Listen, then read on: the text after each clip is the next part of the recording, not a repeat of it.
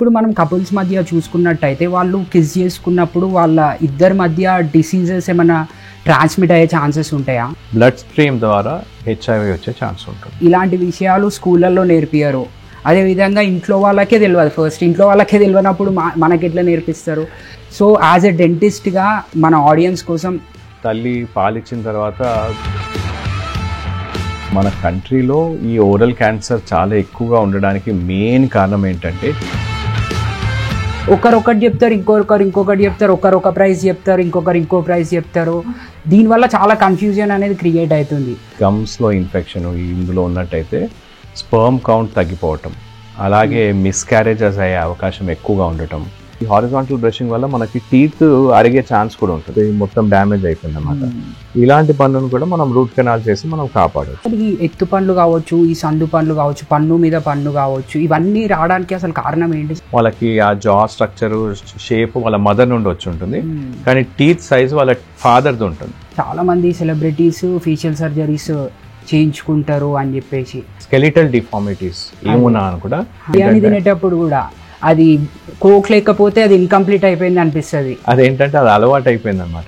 So chewing gum బాగా తినడం వల్ల మన ఫేషియల్ ఫ్యాట్ తగ్గుతుంది అని, ఈ మాస్కులైన్ లుక్, చిసిల్డ్ లుక్ కావాలనుకున్న వాళ్ళకి ఒక డెంటిస్ట్ ఎంత సంపాదిస్తుండొచ్చు సార్ ఒక 1 month లో చెప్పండి?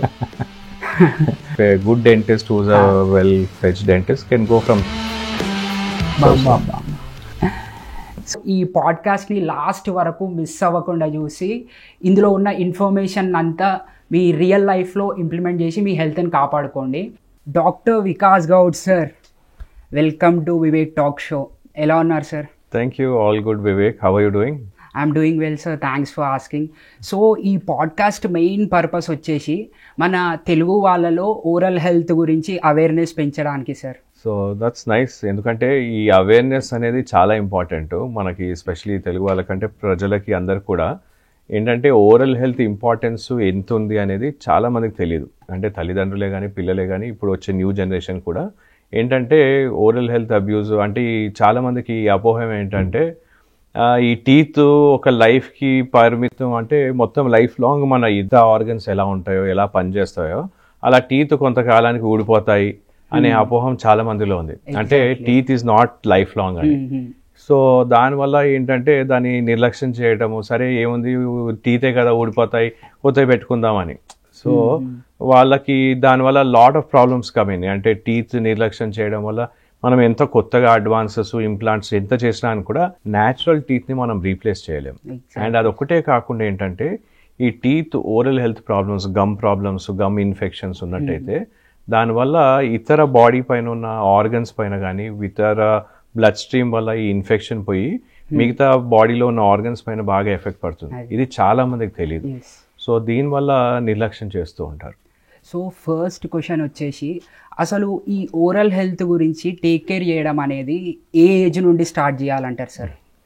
సో మోస్ట్ ఇంపార్టెంట్ ఏంటంటే ఈ ఓరల్ హెల్త్ అనేది మనం ఇలా చిన్న పాప పుట్టినప్పటి నుండి మనం ఓరల్ హెల్త్ అనేది ఇంపార్టెంట్. అంటే తల్లి పాలిచ్చిన తర్వాత దాని తర్వాత నాలుకను క్లీన్ చేయటం, అలా అక్కడి నుండి మొదలవుతుంది. సో ఈవెన్ మనకి నార్మల్గా న్యాచురల్ పళ్ళు అనేటివి మనకి 6 months నుండి మొదలవుతున్నాయి బయటికి రావడం. 6 months బేబీకి మనకి టీత్ బయటికి రావడం అనేది మనం చూస్తూ ఉంటాం. సో దానికంటే ముందే మిల్క్ ఇచ్చినప్పుడు, తల్లి పాలిచ్చినా అని కూడా, వేరే మిల్క్ ఇచ్చినా అని కూడా వెంటనే ఆ నాలుకని క్లీన్ చేయడం, లేదంటే ఆ గమ్స్ పైన కాటన్తో, వెట్ కాటన్తో, బ్రష్ పేస్ట్ అక్కర్లేదు, జస్ట్ వెట్ కాటన్తో క్లీన్ చేయడం, ఇలాంటివి స్టార్ట్ అవుతుంది. రెండోది ఏంటంటే ఇప్పుడు ఈ 6 monthsలో టీత్ వస్తుంటాయి కదా, అప్పుడు ఈ టీతింగ్ అంటాం. అంటే టీత్ రావడం వల్ల గమ్స్లో ఈ మెత్తగా అవ్వడము, గమ్స్లో కొద్దిగా స్వెల్లింగ్ లాగా రావటము వాళ్ళకి. సో అప్పుడు టీతింగ్ టైంలో వాళ్ళకి టీత్ వచ్చే టైంలో టీతింగ్ అనేటివి టీథర్స్ ఇస్తూ ఉంటాం. సో దీంతో ఏంటంటే కొరకడంతో వాళ్ళకి నార్మల్గా ఈ పిల్లలకి మనం చూసినట్టయితే ఈ టీత్ వచ్చే టైంలో వాళ్ళకి లూజ్ మోషన్స్ ఇలాంటివి ఎక్కువగా చూస్తుంటాం, ఇన్ఫెక్షన్స్ కానీ లూజ్ మోషన్స్. సో ఆ టైంలో ఈ టీథర్స్ ఇవ్వడము, టీథర్స్ ఉన్నా అని కూడా అవి క్లీన్గా చేసి మనము పిల్లలకి ఇవ్వడం. అంటే తల్లిదండ్రులు ఏంటంటే అదేదో బెడ్ పై పడి ఉంటుంది, ఇక్కడ పడి ఉంటుంది, అక్కడ పడి ఉంటుంది, ఇంకా పిల్లలు గోల్ చేస్తుంటే వెంటనే టీథర్స్ ఇలాంటివి ఇచ్చేస్తూ ఉంటారు. సో దీనివల్ల కూడా దానిపైన ఉన్న ఇన్ఫెక్షన్ నోట్లోకి వెళ్ళి ఇన్ఫెక్షన్ అయ్యే ఛాన్స్ ఉంటుంది. సో ఈ ఓరల్ హెల్త్ అనేది from babies as young as 6 months old అక్కడ నుండి మొదలవుతుంది మనకి. ఇప్పుడు జనరల్గా చిన్నపిల్లలను చూసుకున్నట్టయితే సార్, ఇప్పుడు వాళ్ళ పేరెంట్స్ బ్రష్కి పేస్ట్ పెట్టి ఇస్తారు అనుకుందాం, వాళ్ళకి తెలియకుండా మింగే ఛాన్సెస్ ఉంటాయి కదా. సో అలాంటి వాళ్ళు ఏ టూత్ పేస్ట్ యూజ్ చేయాలంటారు? సో చిన్నపిల్లలకి ఏంటంటే చిన్నపిల్లల టూత్ పేస్ట్ వస్తుంది సెపరేట్గా. So which is more sweeter, more meant for children. అందులో ఫ్లోరైడ్ కానీ మిగతా వేరే ఉన్న ఈ ఫోమింగ్ కెమికల్స్ కానీ అలాంటివి తక్కువ క్వాంటిటీలో ఉండేటివి. బేసికలీ వాళ్ళకి అలవాటు అవ్వడానికి, జస్ట్ బేసికలీ టీత్ పైన ఉన్నాయి క్లీన్ చేయడానికి అలాంటి చిల్డ్రన్కి సెపరేట్ టూత్ పేస్ట్ వస్తాయి. అన్ని బ్రాండ్స్లో మనము ఏ టాప్ బ్రాండ్స్ తీసుకున్నా కూడా చిల్డ్రన్ టూత్ పేస్ట్ సెపరేట్గా ఉంటుంది. So that toothpaste up to 6 to 7 years వరకు ఆ టూత్ పేస్ట్ వాడి దాని తర్వాత slowly they can shift back to normal toothpaste. So ఆ మిల్క్ టీత్ ఉన్న టైంలో ఆల్మోస్ట్ 4.5, 5 years, 6 years వరకు నార్మలీ 4.5కి మనకి పాలపళ్ళు ఊడిపోయి శాశ్వత దంతాలు పర్మనెంట్ టీత్ వస్తుంటాయి. ఆ టైంలో మనం స్లోగా మనము నార్మల్ టూత్ పేస్ట్కి, అడల్ట్స్ యూజ్ చేసే టూత్ పేస్ట్కి మనం మార్చవచ్చు. సో వాళ్ళకి ఏంటంటే చిన్నపిల్లల్లో ఏంటంటే మనం బ్రష్ పైన పెట్టే టూత్ పేస్ట్ కూడా తల్లిదండ్రులు మనకి జస్ట్ ఒక గింజ అంత, అంటే మనకు ఒక పీనట్ అంటే మనకు ఒక పల్లి ఎంత ఉంటుందో అంతవరకు కొద్దిగానే మన పంటి ఆ బ్రష్ పైన పెట్టి. రెండోది ఏంటంటే మనం ఎక్కువ చూస్తుంటాం మేము, అంటే పేరెంట్సే కానీ వాళ్ళకి పిల్లలకి మనం పెట్టించేటప్పుడు ఈ టూత్ పేస్ట్ ఏంటంటే ఆ బ్రష్ పైన పెడతారు. అలా కాకుండా ఆ బ్రష్ బ్రిసిల్స్ లోపల పోయేటట్టు కుచ్చు లోపల పోయేటట్టు ప్రెస్ చేయాలి. దాంతో ఏంటంటే మనం బ్రష్ చేసినంతసేపు ఆ టూత్ పేస్ట్ ఉంటుంది, మనకు ఆ ఫోమింగ్ వస్తుంది. సో అలా చేసి మనకు చేస్తే మనకు కరెక్ట్ బ్రషింగ్ చేయడం అనేది తెలుస్తుంది మనకి. డిఫరెంట్ టైప్స్ ఆఫ్ బ్రషెస్ వస్తున్నాయి. కొంతమంది సాఫ్ట్ బ్రష్ అంటున్నారు, మీడియం బ్రష్ అంటున్నారు, హార్డ్ బ్రష్ అంటున్నారు. అండ్ ఈ మధ్య చూసుకున్నట్టయితే ఎలక్ట్రిక్ బ్రషెస్ కూడా మార్కెట్లోకి వస్తున్నాయి. సో వీటన్నిటిని చూస్తే మాకు కన్ఫ్యూజ్ అవుతుంది కదా. సో ఏది వాడాలంటారు అసలు? What is the difference between all those brushes? Basically ideally we suggest as dentist we suggest to use soft bristle brush. So ఈ సాఫ్ట్ బ్రిసిల్ బ్రష్తో ఏంటంటే మనము బ్రష్ చేసిన తర్వాత చాలా మందికి ఏంటంటే సరైన పద్ధతిలో బ్రష్ చేయడం అనేది తెలియదు. సో దానివల్ల చాలా గట్టిగా బ్రష్ చేయడం, చాలా ఎక్కువ సమయం బ్రష్ చేయడం, ఇలా చేస్తే టీత్ తెల్లగా అవుతాయి అనుకుంటారు. కానీ అది కరెక్ట్ కాదు. సో సరైన పద్ధతిలో బ్రష్ చేస్తే ఒక 2 to 3 minutes కరెక్ట్గా బ్రష్ చేస్తే మనకు సరిపోతుంది. సో మార్నింగ్ నైట్ బ్రష్ చేయడం. ఇందులో మేము సాఫ్ట్ బ్రిసిల్ ఎందుకు ప్రిఫర్ చేస్తామంటే ఈ సాఫ్ట్ బ్రిసిల్తో మనం టీత్ పైన మనం బ్రష్ చేసినా కూడా ఎలాంటి టీత్ పైన డ్యామేజ్ కాకుండా బ్రష్ చేయొచ్చు. సో బ్రష్ గట్టిగా చేసినా కూడా టీత్ పైన ఎనామిల్ పోయే అవకాశం ఉంటుంది. సో కొంతమందికి మనము ఇప్పుడు వాళ్ళకి టాటర్ కానీ ఎక్కువ ఫామ్ అయ్యే అవకాశం ఉంటుంది. అలాంటి వాళ్ళకి మేము మీడియం బ్రిసిల్స్ యూజ్ చేయమని చెప్తాం. అంటే డిఫరెంట్ పీపుల్కి మనము, అంటే మేము యాజ్ డెంటిస్ట్ మేము కొన్నిసార్లు చూసిన తర్వాత డిఫరెంట్ పీపుల్కి డిఫరెంట్ బ్రషెస్ సజెస్ట్ చేస్తూ ఉంటాం. సో అందులో కొంతమందికి గార కట్టేది అనేది ఎక్కువ కనిపిస్తుంది. అలాంటి వాళ్ళకి మీడియం బ్రిసిల్ కానీ, కొంతమందికి వెరీ వెరీ రేర్లీ హార్డ్ బ్రిసిల్, కొన్ని డిఫరెంట్ ఆ బ్రిసిల్ షేప్ కానీ కూడా కొద్దిగా డిఫరెంట్గా ఉండేలా అలాంటి బ్రషెస్ మేము సజెస్ట్ చేస్తాం. అయితే ఇన్ జనరల్గా మేము మార్కెట్కి వెళ్ళి తీసుకునేటప్పుడు హార్డ్ ప్రిఫర్ చేయొద్దు అంటారు, hard are medium? Definitely soft. మనం యాజ్ మనకి ఎలాంటి ప్రాబ్లం లేదు, మనం ఇప్పుడు ఫస్ట్ టైం బ్రష్ కొంటున్నాం అంటే సాఫ్ట్ బ్రష్ కొనుక్కోండి. మనకి బ్రష్ కొనేటప్పుడు ప్రతి ఒక్కరి నోరు ఒకేలాగా ఉండదు. సో డిఫరెంట్ బ్రషెస్ ట్రై చేయాలి. ఇందులో కొంతమంది లేడీస్ కానీ పిల్లలు కానీ చూసినట్టయితే వాళ్ళ నోర్లు చిన్నగా ఉంటాయి. సో వాళ్ళు చిన్న హెడ్, బెండబుల్ నెక్, సాఫ్ట్ బ్రిసిల్ ఉండే బ్రష్ తీసుకున్నట్టయితే వాళ్ళకి అన్ని టీత్. సో మనం బ్రష్ చేసిన తర్వాత మనం చూసినట్టయితే నోట్లో ఆ పరిశుభ్రత అనేది మనకి ఫీల్ కావాలి. అన్ని టీత్, అన్ని ఏరియాస్ కూడా క్లీన్ అయినట్టు మనకు తెలియాలి. సో అలాంటి బ్రష్ మనం చూస్ చేయాలి. కొన్నిసార్లు ఏంటంటే పెద్ద బ్రష్ ఉంటుంది, దానివల్ల వాళ్ళకి అన్ని ప్లేసెస్ రీచ్ కాదు, లేదంటే అడ్డు వస్తుంది. సో అలా. సో సెకండ్ ఏంటంటే చాలా పెద్దగా అంటారు, హ్యూజ్గా ఉంటారు, మ్యాన్లీగా ఉంటారు. అలాంటి వాళ్ళకి ఏంటంటే చిన్న బ్రష్ ఉన్నట్టయితే వాళ్ళకి చేయడానికి చాలా టైం పడుతుంది. సో అలాంటి వాళ్ళకి పెద్ద బ్రష్, పెద్ద బ్రిసిల్స్ ఉన్నాయి, లాంగ్ బ్రష్, అలాంటివి ప్రిఫర్ చేయాలి. సో యాజ్ అ డెంటిస్ట్ మేము చెప్పేది ఏంటంటే ఫస్ట్ మీరు ఒక 2-3 ట్రై చేయండి, ఆల్ ఇన్ సాఫ్ట్ బ్రిసిల్ ఓన్లీ. చూసి మన టీత్ వెనక వైపు పోయేటట్టు, మన విజ్డమ్ టూత్ దగ్గర కూడా క్లీన్ అయ్యేటట్టు బ్రష్ చేసినట్టయితే మనం అంతా టోటల్గా క్లీన్ చేసుకున్నట్టు చూసుకోవచ్చు. ఈ ఎలక్ట్రిక్ బ్రషెస్ ఏంటి సార్, మరి ఎవరు యూజ్ చేయాలంటారు దాన్ని? సో ఎలక్ట్రిక్ బ్రషెస్ ప్రైమరీలీ ఏంటంటే మనకి మాన్యువల్ డెక్స్ట్రిటీ తక్కువ ఉన్న వాళ్ళకి మేము ప్రిఫర్ చేస్తాము. మాన్యువల్ డెక్స్ట్రిటీ అంటే స్పెషలీ ఎల్డర్లీ ఉంటారు, వాళ్ళకి కొన్ని హెల్త్ కండిషన్స్ ఉంటాయి, దానివల్ల వాళ్ళు సరిగ్గా బ్రష్ చేయలేకపోతారు. వాళ్ళకి ఏంటంటే వాళ్ళు బ్రష్ చేసుకోవడం అనేది కొద్దిగా ఇబ్బంది ఉంటుంది, హోల్డ్ చేసి చేసుకోవడం. అలాంటి వాళ్ళకి మేము ఇది ఐడియల్గా ప్రిఫర్ చేస్తాం. రెండోది ఏంటంటే నాట్ ఓన్లీ దట్, కొంతమంది తొందరగా చేసుకుంటారు. ఇందులో electric toothbrush is not bad, కానీ ఏంటంటే electric toothbrush by itself it oscillates and it brushes కాబట్టి దానికి లిమిటెడ్ టైంలో విత్ ఇన్ దట్, మనకి ఇప్పుడు కొత్తగా వచ్చిన electric tooth brushes with timer వస్తున్నాయి. అంటే మనము బ్రషింగ్ చేసిన టైం అది చూసేసి ఆ టైమర్ ప్రకారం మనకి సిగ్నల్ వస్తుంది ఆపేయమని. సో అంతవరకు మనం బ్రష్ చేయాలి. సో చాలా మందికి ఏంటంటే ఇది ఒక 2-3 minutes, 5 minutes, 6 minutes, 7 minutes అలవాటు ఉంటుంది. ఆ అలవాటు బట్టి ఎలక్ట్రిక్ టూత్ బ్రష్తో కూడా అలా చేస్తారు. అలాంటిప్పుడు ఈ టీత్ పైన ఉన్న ఎనామెల్ అరిగిపోయే అవకాశం ఎక్కువ ఉంటుంది. So that is the 2 sides of the tooth brush అనమాట.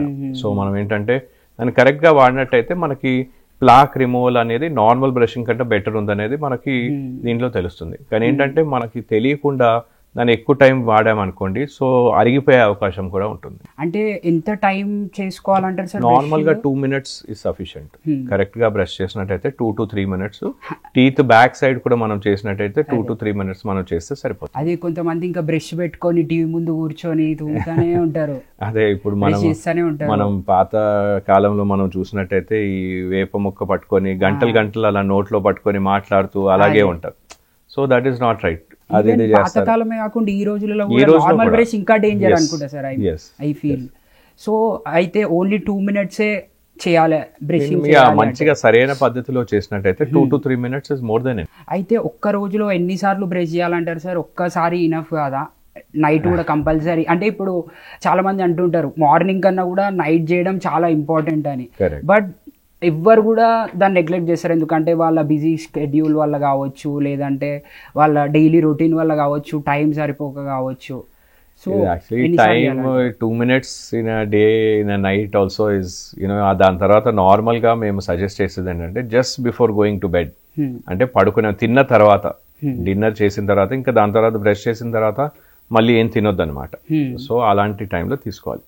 మెయిన్ ఇంపార్టెంట్ ఎందుకు అంటే మన టీత్లో, మన మధ్యలో, మన పళ్ళలో కానీ ఇరుక్కున్న ఆహార పదార్థాలు మార్నింగ్ నుండి మనం తినుంటాం కదా, అవి అప్పటి వరకు మనం ఏంటంటే సలైవరీ యాక్టివిటీ అవన్నీ నార్మల్గా ఉంటాయి. మనం పడుకున్నప్పుడు ఏంటంటే ఆ యాక్టివిటీ సలైవా, నోట్లో వచ్చే లాలాజలం సలైవా అనేది తగ్గిపోతుంది. అలాంటప్పుడు ఈ ఫుడ్ పార్టికల్స్ ఇరుక్కున్న కుళ్ళి డీకే అయ్యి అవి కొన్ని యాసిడ్స్ ప్రొడ్యూస్ చేస్తాయి. ఈ యాసిడ్స్ మన టీత్ ని కానీ మన గమ్స్ ని కానీ దెబ్బతీస్తాయి.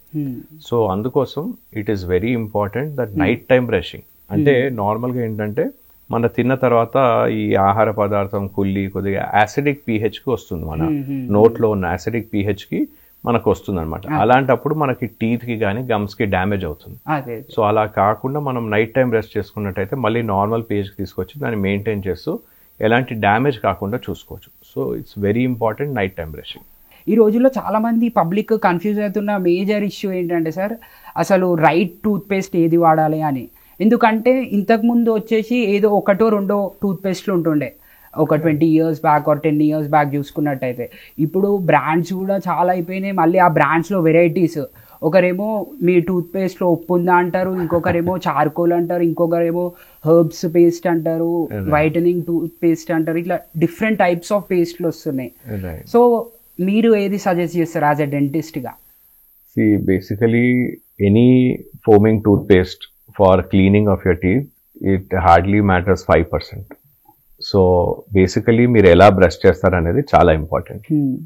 అందరికీ కావాల్సింది ఒక normal foaming toothpaste which will clean up. So మీరు ఎలా కరెక్ట్ గా బ్రష్ చేసినట్టయితే మీకు ఎలాంటి ప్రాబ్లమ్స్ ఉండకుండా చూసుకోవచ్చు.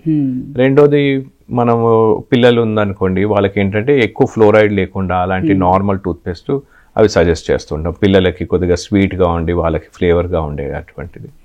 థర్డ్ది ఏంటంటే కొంతమంది ఏంటంటే హూ ఆర్ ఆల్వేస్ వాళ్ళకి స్టెయిన్స్ ఎక్కువ వచ్చే అవకాశం ఉంది, లేదంటే వాళ్ళు కెమెరా ముందు ఎక్కువ ఉన్నారు, వైట్గా ఉండాలి, అలాంటి ఉన్న వాళ్ళకి ఈ వైట్నింగ్ టూత్ పేస్ట్. అంటే సైడ్ ఎఫెక్ట్స్ ఏమైనా ఉంటాయా సార్ ఈ వైట్నింగ్ వైట్నింగ్ టూత్ పేస్ట్ లో వీటిలో ఏంటంటే ఈ అబ్రేసివ్ ఏజెంట్స్ ఎక్కువగా ఉంటాయి. అంటే సార్ అబ్రేసివ్ ఏజెంట్స్ అంటే మనం టీత్ పైన గరుకు లాంటి పదార్థాలు, దీనివల్ల మనము ఆ టీత్ పైన ఉన్న స్టెయిన్స్ తీసే పదార్థాలు ఎక్కువగా ఉంటాయి. సో ఈ స్టెయిన్స్ తీసే పదార్థాలు ఎక్కువగా ఉంటాయి కాబట్టి దానివల్ల టీత్ పైన ఎనామిల్ అరిగిపోయే ఛాన్స్ కూడా ఎక్కువగా ఉంటుంది. సో దానివల్ల మనము ఈ whitening toothpaste already sensitivity ఉందనుకోండి, వాళ్ళకి ఇది వాడినట్టయితే ఇంకా ఎనామిల్ పోయేసి దానివల్ల మనకి ఇంకా సెన్సిటివిటీ వచ్చే ఛాన్స్ ఎక్కువ ఉంటుంది. లాస్ట్ మనకి ఏంటంటే ఆల్రెడీ సెన్సిటివిటీ ఉన్న వాళ్ళకి ఏంటంటే మనము ఈ డీసెన్సిటైజింగ్ టూత్ పేస్ట్ యూస్ చేస్తాం. ఇంకొంతమందికి ఏంటంటే గమ్ ప్రాబ్లమ్స్ ఎక్కువగా ఉంటాయి, చిగుర్ల నుండి వాపు రావటము, బ్లీడింగ్ గమ్స్ ఇలాంటివి ఎక్కువగా ఉంటాయి. అలా ఉన్న వాళ్ళకి ఏంటంటే మనము we prescribe to them the gums కి స్పెషల్ గా కొన్ని టూత్ పేస్ట్ వస్తాయి. అలాంటి గమ్ కి special gum care toothpaste కానీ అలాంటివి టూత్ పేస్ట్ మనం ప్రిఫర్ చేస్తాం. సో సో నార్మల్ పర్సన్ మనం జనరల్ గా అంటే ఫోమింగ్ టూత్ పేస్ట్ సరైన పద్ధతిలో వాడినట్టయితే సరిపోతుంది. అండ్ రిమైనింగ్ ఏమైనా ప్రాబ్లమ్స్ ఉన్నట్టయితే డెంటల్ సర్జన్ సజెస్ట్ కనుక్కుంటున్నట్టయితే వాళ్ళు ఎలాంటి టూత్ పేస్ట్ వాడాలనేది సజెస్ట్ చేస్తారు. సో మీరు పర్టికులర్గా ఒక బ్రాండ్ అనేది చెప్పాలి మా ఆడియన్స్ కోసము, పర్టికులర్ ఒక బ్రాండ్ అంటే ఇది వాడితే మీకు బాగుంటుంది అని చెప్పేసి what is the better option for them, correct option ఏది? ఐ మీన్ నేను చెప్పినట్టుగా బ్రాండ్ కానీ ఏదైనా కానీ కూడా it's hardly 5 to 10%, 5% that makes a difference. So how you brush is very important. So దానివల్ల whether it is Colgate or Closeup or Pepsodent, any of them are hardly matters 5 to 10%. So మీరు సరైన పద్ధతిలో brush చేయకుంటే ఇంకా problems ఎక్కువగా వస్తాయి. So సరైన పద్ధతిలో బ్రష్ చేస్తే it hardly matters, because the plaque layer అనేది మన టీత్ పైన ఫామ్ అయ్యేది, అది నార్మల్ గా మొత్తం లేయర్ ఫామ్ అవడానికి 2 days పడుతుంది. మనం డేలో 2 times మనం బ్రష్ చేస్తున్నాం కాబట్టి దట్ లేయర్ పోయినట్టయితే మనకి ఎలాంటి డ్యామేజ్ కాకుండా మనం చూసుకోవచ్చు. ఇప్పుడు కొన్ని వేరే టైప్స్ ఆఫ్ పేస్ట్ చూసుకున్నట్టయితే like example Patanjali and Vicco, అవి కలర్ వైట్ కాకుండా బ్రౌన్ వస్తాయి కదా, సో ఏంటి డిఫరెన్స్ ఈ వైట్ పేస్ట్కి ఆ బ్రౌన్ పేస్ట్కి, అండ్ వెదర్ అది యూజ్ చేయొద్దా కలర్ అలాంటి పేస్ట్? సో చాలా మటుకు ఇప్పుడు ఈ హెర్బల్ పేస్ట్ అవన్నీ వస్తున్నాయి. సో వీటిలో ఏంటంటే మేము స్పెసిఫిక్ గా చూసింది వాళ్ళకి ఒకటేంటంటే ఆల్రెడీ ఆ మైండ్ సెట్ తో ఉన్నారు, ఇలాంటివి ఆయుర్వేదిక్ టూత్ పేస్ట్, ఈ హెర్బల్ టూత్ పేస్ట్ ఇలాంటివి అని. సో అలాంటి మైండ్ సెట్ తో ఉన్న వాళ్ళకి ఏంటంటే వాళ్ళకి మంచి ఫీల్ వస్తుంది, వాళ్ళకి అది దాంతో వాళ్ళకి ఎలాంటి అన్ని న్యాచురల్ ఎలిమెంట్స్ ఉన్నాయి అని అనుకుంటారు. కానీ మేము ఇందులో చూసినట్టు ఈ బ్రౌన్గా ఉన్న టూత్ పేస్ట్ ఇవి వాడటంతో ఏంటంటే టీత్ కలర్ మారడం అనేది మేము చూసాం. సో టీత్కి స్టెయిన్స్ రావడం అనేది ఈ డార్క్ కలర్ టూత్ పేస్ట్తో మేము చూసాం. దట్ ఈస్ సో దానివల్ల మనకి కొన్ని ప్రాబ్లమ్స్ వచ్చే అవకాశం ఉంటాయి. But otherwise someone who was happy, because paste మనకి నేను ఇందాక చెప్పినట్టుగా 5 to 10% మ్యాటర్ అవుతుంది కాబట్టి if they are happy and they like the taste and it is helping them, it doesn't matter. So let they can continue with that. But వాడకపోతేనే better అని yeah, మనకి stains రాకుండా ఉండాలంటే వాడకపోవడం బెటర్. ఎస్పెషలీ కొన్ని మీరు ఇందాక చెప్పినట్టు బ్రాండ్స్ ఏంటంటే బ్రౌన్ గా ఉండి డార్క్ గా ఉంటాయి, అలాంటప్పుడు వాళ్ళకి స్టెయిన్స్ రావడం అనేది మేము క్లియర్ గా చూస్తున్నాం. సార్ చాలా మందికి రైట్ వే ఆఫ్ బ్రషింగ్ అంటే కరెక్ట్గా అసలు బ్రషింగ్ ఎట్లా చేసుకోవాలి అనేది తెలియదు సార్, ఎందుకంటే ఇలాంటి విషయాలు స్కూళ్ళల్లో నేర్పియరు, అదేవిధంగా ఇంట్లో వాళ్ళకే తెలియదు. ఫస్ట్ ఇంట్లో వాళ్ళకే తెలియనప్పుడు మనకి ఎట్లా నేర్పిస్తారు? సో యాజ్ ఎ డెంటిస్ట్గా మన ఆడియన్స్ కోసం కరెక్ట్ వే ఆఫ్ బ్రషింగ్ అసలు ఎట్లా చేయాలి అనేది ప్రాక్టికల్గా చూపించండి సార్. షూర్, ఒకసారి అంటే right way of putting the paste కూడా చూపించండి. ఒకసారి బ్రషింగ్ చేశాక నేను మీకు పేస్ట్ ఎలా పెట్టడం అనేది చూపిస్తాను. Okay sir, sure. So normal గా ఏంటంటే చాలా మందికి తల్లిదండ్రులు కూడా వాళ్ళకి ఏంటంటే పిల్లలకి నేర్పించేటప్పుడు కరెక్ట్ వే ఆఫ్ బ్రషింగ్ అనేది తెలియదు. సో 90% ఆఫ్ ద పేషెంట్స్ మా దగ్గరకు వచ్చినప్పుడు మేము అడిగినట్టయితే వాళ్ళు బ్రషింగ్ ఇలా హారిజాంటల్ బ్రషింగ్ అనేది చూపిస్తుంటారు. Horizontal brushing is the most common. So దీనివల్ల ఈ హారిజాంటల్ బ్రషింగ్ వల్ల మనకి టీత్ మధ్యలో ఉన్న ఇరుక్కున్న ఆహారం పోకుండా అలాగే ఉంటుంది, అండ్ టీత్ అరిగే ఛాన్స్ కూడా ఉంటుంది. మనం ఇప్పుడు ఫర్ ఎగ్జాంపుల్ టీత్ మన కోంబ్ ఎలా ఉంటుందో అలా అనుకోండి, మనం కోంబ్లోకి వెళ్ళి తీయాలంటే మనం సైడ్ చేయం కదా, దాన్ని పైకి వెళ్ళి కిందికి చేస్తాం. సో అలా టీత్ కూడా అలాగే అనమాట. మన దువ్వెన నుండి ఎలా తీస్తామో ఇలా పై నుండి కిందికి, కింది నుండి పైకి. సో పై పళ్ళని పై నుండి కిందికి, కింది నుండి పైకి గుండ్రంగా మనం చేయాలి. ఈ పళ్ళని పై నుండి కిందికి, కింది నుండి పైకి గుండ్రంగా చేయాలి. అండ్ 90% పేషెంట్స్ ఏంటంటే వాళ్ళకి మనం చూసింది ఏంటంటే బయటి సైడ్ బ్రషింగ్, అంటే మనకు కనిపించే సైడ్ బాగా బ్రష్ చేస్తారు, కానీ లోపల సైడ్ బ్రషింగ్ అనేది ఉండదు. సో 90% ఈ స్టెయిన్స్, గార అనేది వెనక వైపు ఉంటుంది. సో ఈ టీత్ వెనక వైపు కూడా మనం బ్రషింగ్ చేయడం, మనం బయట సైడ్ ఎంత టైం స్పెండ్ చేస్తామో దానికన్నా ఎక్కువ టైం మనం ఈ టీత్ వెనక వైపు క్లీన్ చేయడం అనేది కూడా చాలా ఇంపార్టెంట్. సో ఈ కింది పళ్ళే కానీ ఈ పై పళ్ళే కానీ ఇలా లోపల నుండి బయటికి క్లీన్ చేయడం అనేది చాలా ఇంపార్టెంట్. సో ఈ సైడ్లలో కూడా మనం క్లీన్ చేయడం, ఈ పై పళ్ళు ఉన్నాయనుకోండి, ఇటు సైడ్ ఉన్నాయనుకోండి, వీటిని పై నుండి కిందికి, పై నుండి కిందికి క్లీన్ చేసుకోవడం. సో పై నుండి కిందికి, కింది పళ్ళు కింది నుండి పైకి, పైన పళ్ళు కింది నుండి పైకి. ఎస్. సో పై పళ్ళు పై నుండి కిందికి, కింది పళ్ళు కింది నుండి పైకి మనం క్లీన్ చేసుకోవడం. ఇంకో ఇంపార్టెంట్ థింగ్ ఏంటంటే ఈ వెనక జ్ఞానదంతం వెనక క్లీన్ చేసుకోవడం కూడా ఇంపార్టెంట్. సో మనం బ్రష్ చూస్ చేసుకునేటప్పుడు చిన్న హెడ్, స్పెషల్గా చిన్న మౌత్స్ ఉన్న వాళ్ళకి చిన్న హెడ్ తోని ఈ జ్ఞానదంతం వెనక ఉన్న పార్ట్ కూడా మనం క్లీన్ చేసుకోవడం అంతే important. So this is main important. మనం ఇంకోటి ఏంటంటే వీళ్ళు చేసే తప్పులు ఏంటంటే చాలా ఎక్కువ సమయం బ్రష్ చేయటం, చాలా గట్టిగా బ్రష్ చేయటం, దాంతో మనకి టీత్ తెల్లగా ఉంటాయి అనుకుంటారు, కానీ దానివల్ల ఈ పైన ఉన్న ఈ ఎనామిల్ అరిగిపోయే ఛాన్స్ ఉంటుంది. ఇంకొంతమందిలో ఏంటంటే ఈ మంజన్స్, టూత్ పౌడర్స్ ఎక్కువగా వాడుతుంటారు. దానివల్ల కూడా ఈ మంజన్స్ వల్ల కూడా ఈ గరుకు పదార్థం ఎక్కువగా ఉండడం వల్ల, ఈ అబ్రేజివ్స్ ఎక్కువగా ఉండడం వల్ల టీత్ ఎనామిల్ అరిగిపోయి టీత్ సెన్సిటివిటీ వచ్చే ఛాన్స్ ఉంటుంది. సో అందుకోసమని ఇది మనకి హార్డ్లీ మనం చేసిన ఈ టెక్నిక్, నేను చూపించిన టెక్నిక్ చేసినట్టయితే హార్డ్లీ 2 minutes లో మనకి ఈ బ్రషింగ్ అనేది అయిపోతుంది. సూపర్ సార్, చాలా బాగా క్లియర్ గా ఎక్స్ప్లెయిన్ చేశారు. Hope this will be helpful for many people. చాలా మందికి హెల్ప్ అవుతుంది అని అనుకుంటున్నాను. So right way of putting the paste ఏంటి సార్, అంటే కరెక్ట్ విధంగా పేస్ట్ ఎలా పెట్టుకోవాలి? రైట్. సో నేను నార్మల్గా ఈ పేస్ట్ ఎలా పెట్టేది అనేది చూపిస్తాను. సో మనం కరెక్ట్ విధానం ఏంటంటే చిన్న పార్ట్ జస్ట్ చిన్నది ఈ బ్రష్ లోపలికి పోయేలాగా ఇలా పెట్టినట్టయితే, చిన్న గింజలాగా పెట్టినట్టయితే మనకు సరిపోతుంది.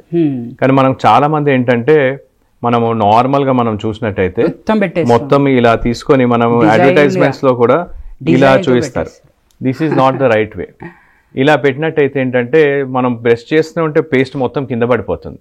దాని తర్వాత మళ్ళీ బ్రష్ చేయడానికి మనకి పేస్ట్ అనేది ఏముండదు. సో దట్ ఈస్ వై ఇలా కాకుండా ఈ కుచ్చు లోపలికి పోయేలాగా మనం పేస్ట్ని పెట్టేసి బ్రష్ చేస్తాం. మేబీ వాళ్ళ బ్రాండ్ పేస్ట్ తొందరగా అయిపోవాలని వాళ్ళు అట్లా మొత్తం పెట్టి చూపిస్తుంటారేమో బ్రాండింగ్ లో. కరెక్ట్. సో మనం కొద్దిగానే పేస్ట్ ఆ కుచ్చు లోపలికి పోయేలాగా పెట్టేసి బ్రష్ చేసినట్టయితే మనకు సరిపోతుంది. And night time, morning time 2 times మనం బ్రష్ చేయాలి. సో అంతవరకు పేస్ట్ మనం పెట్టినట్టయితే సరిపోతుంది. సార్ మనం చాలా మందిని చూసుకున్నట్టయితే ఒక్క బ్రష్ని మంత్స్ టుగెదర్ యూజ్ చేస్తారు, ఒక 6 months. ఇంకా కొంతమంది అయితే 1 year కూడా యూజ్ చేసే వాళ్ళు ఉంటారు, మేబీ వాళ్ళకి నాలెడ్జ్ లేక.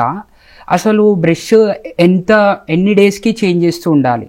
సో బ్రష్ చేంజ్ చేయడం అనేది మనం వన్స్ ద బ్రిసిల్స్ అంటే కుచ్చులు అనేది బెండ్ అయినట్టయితే వెంటనే మనం చేంజ్ చేయాలి.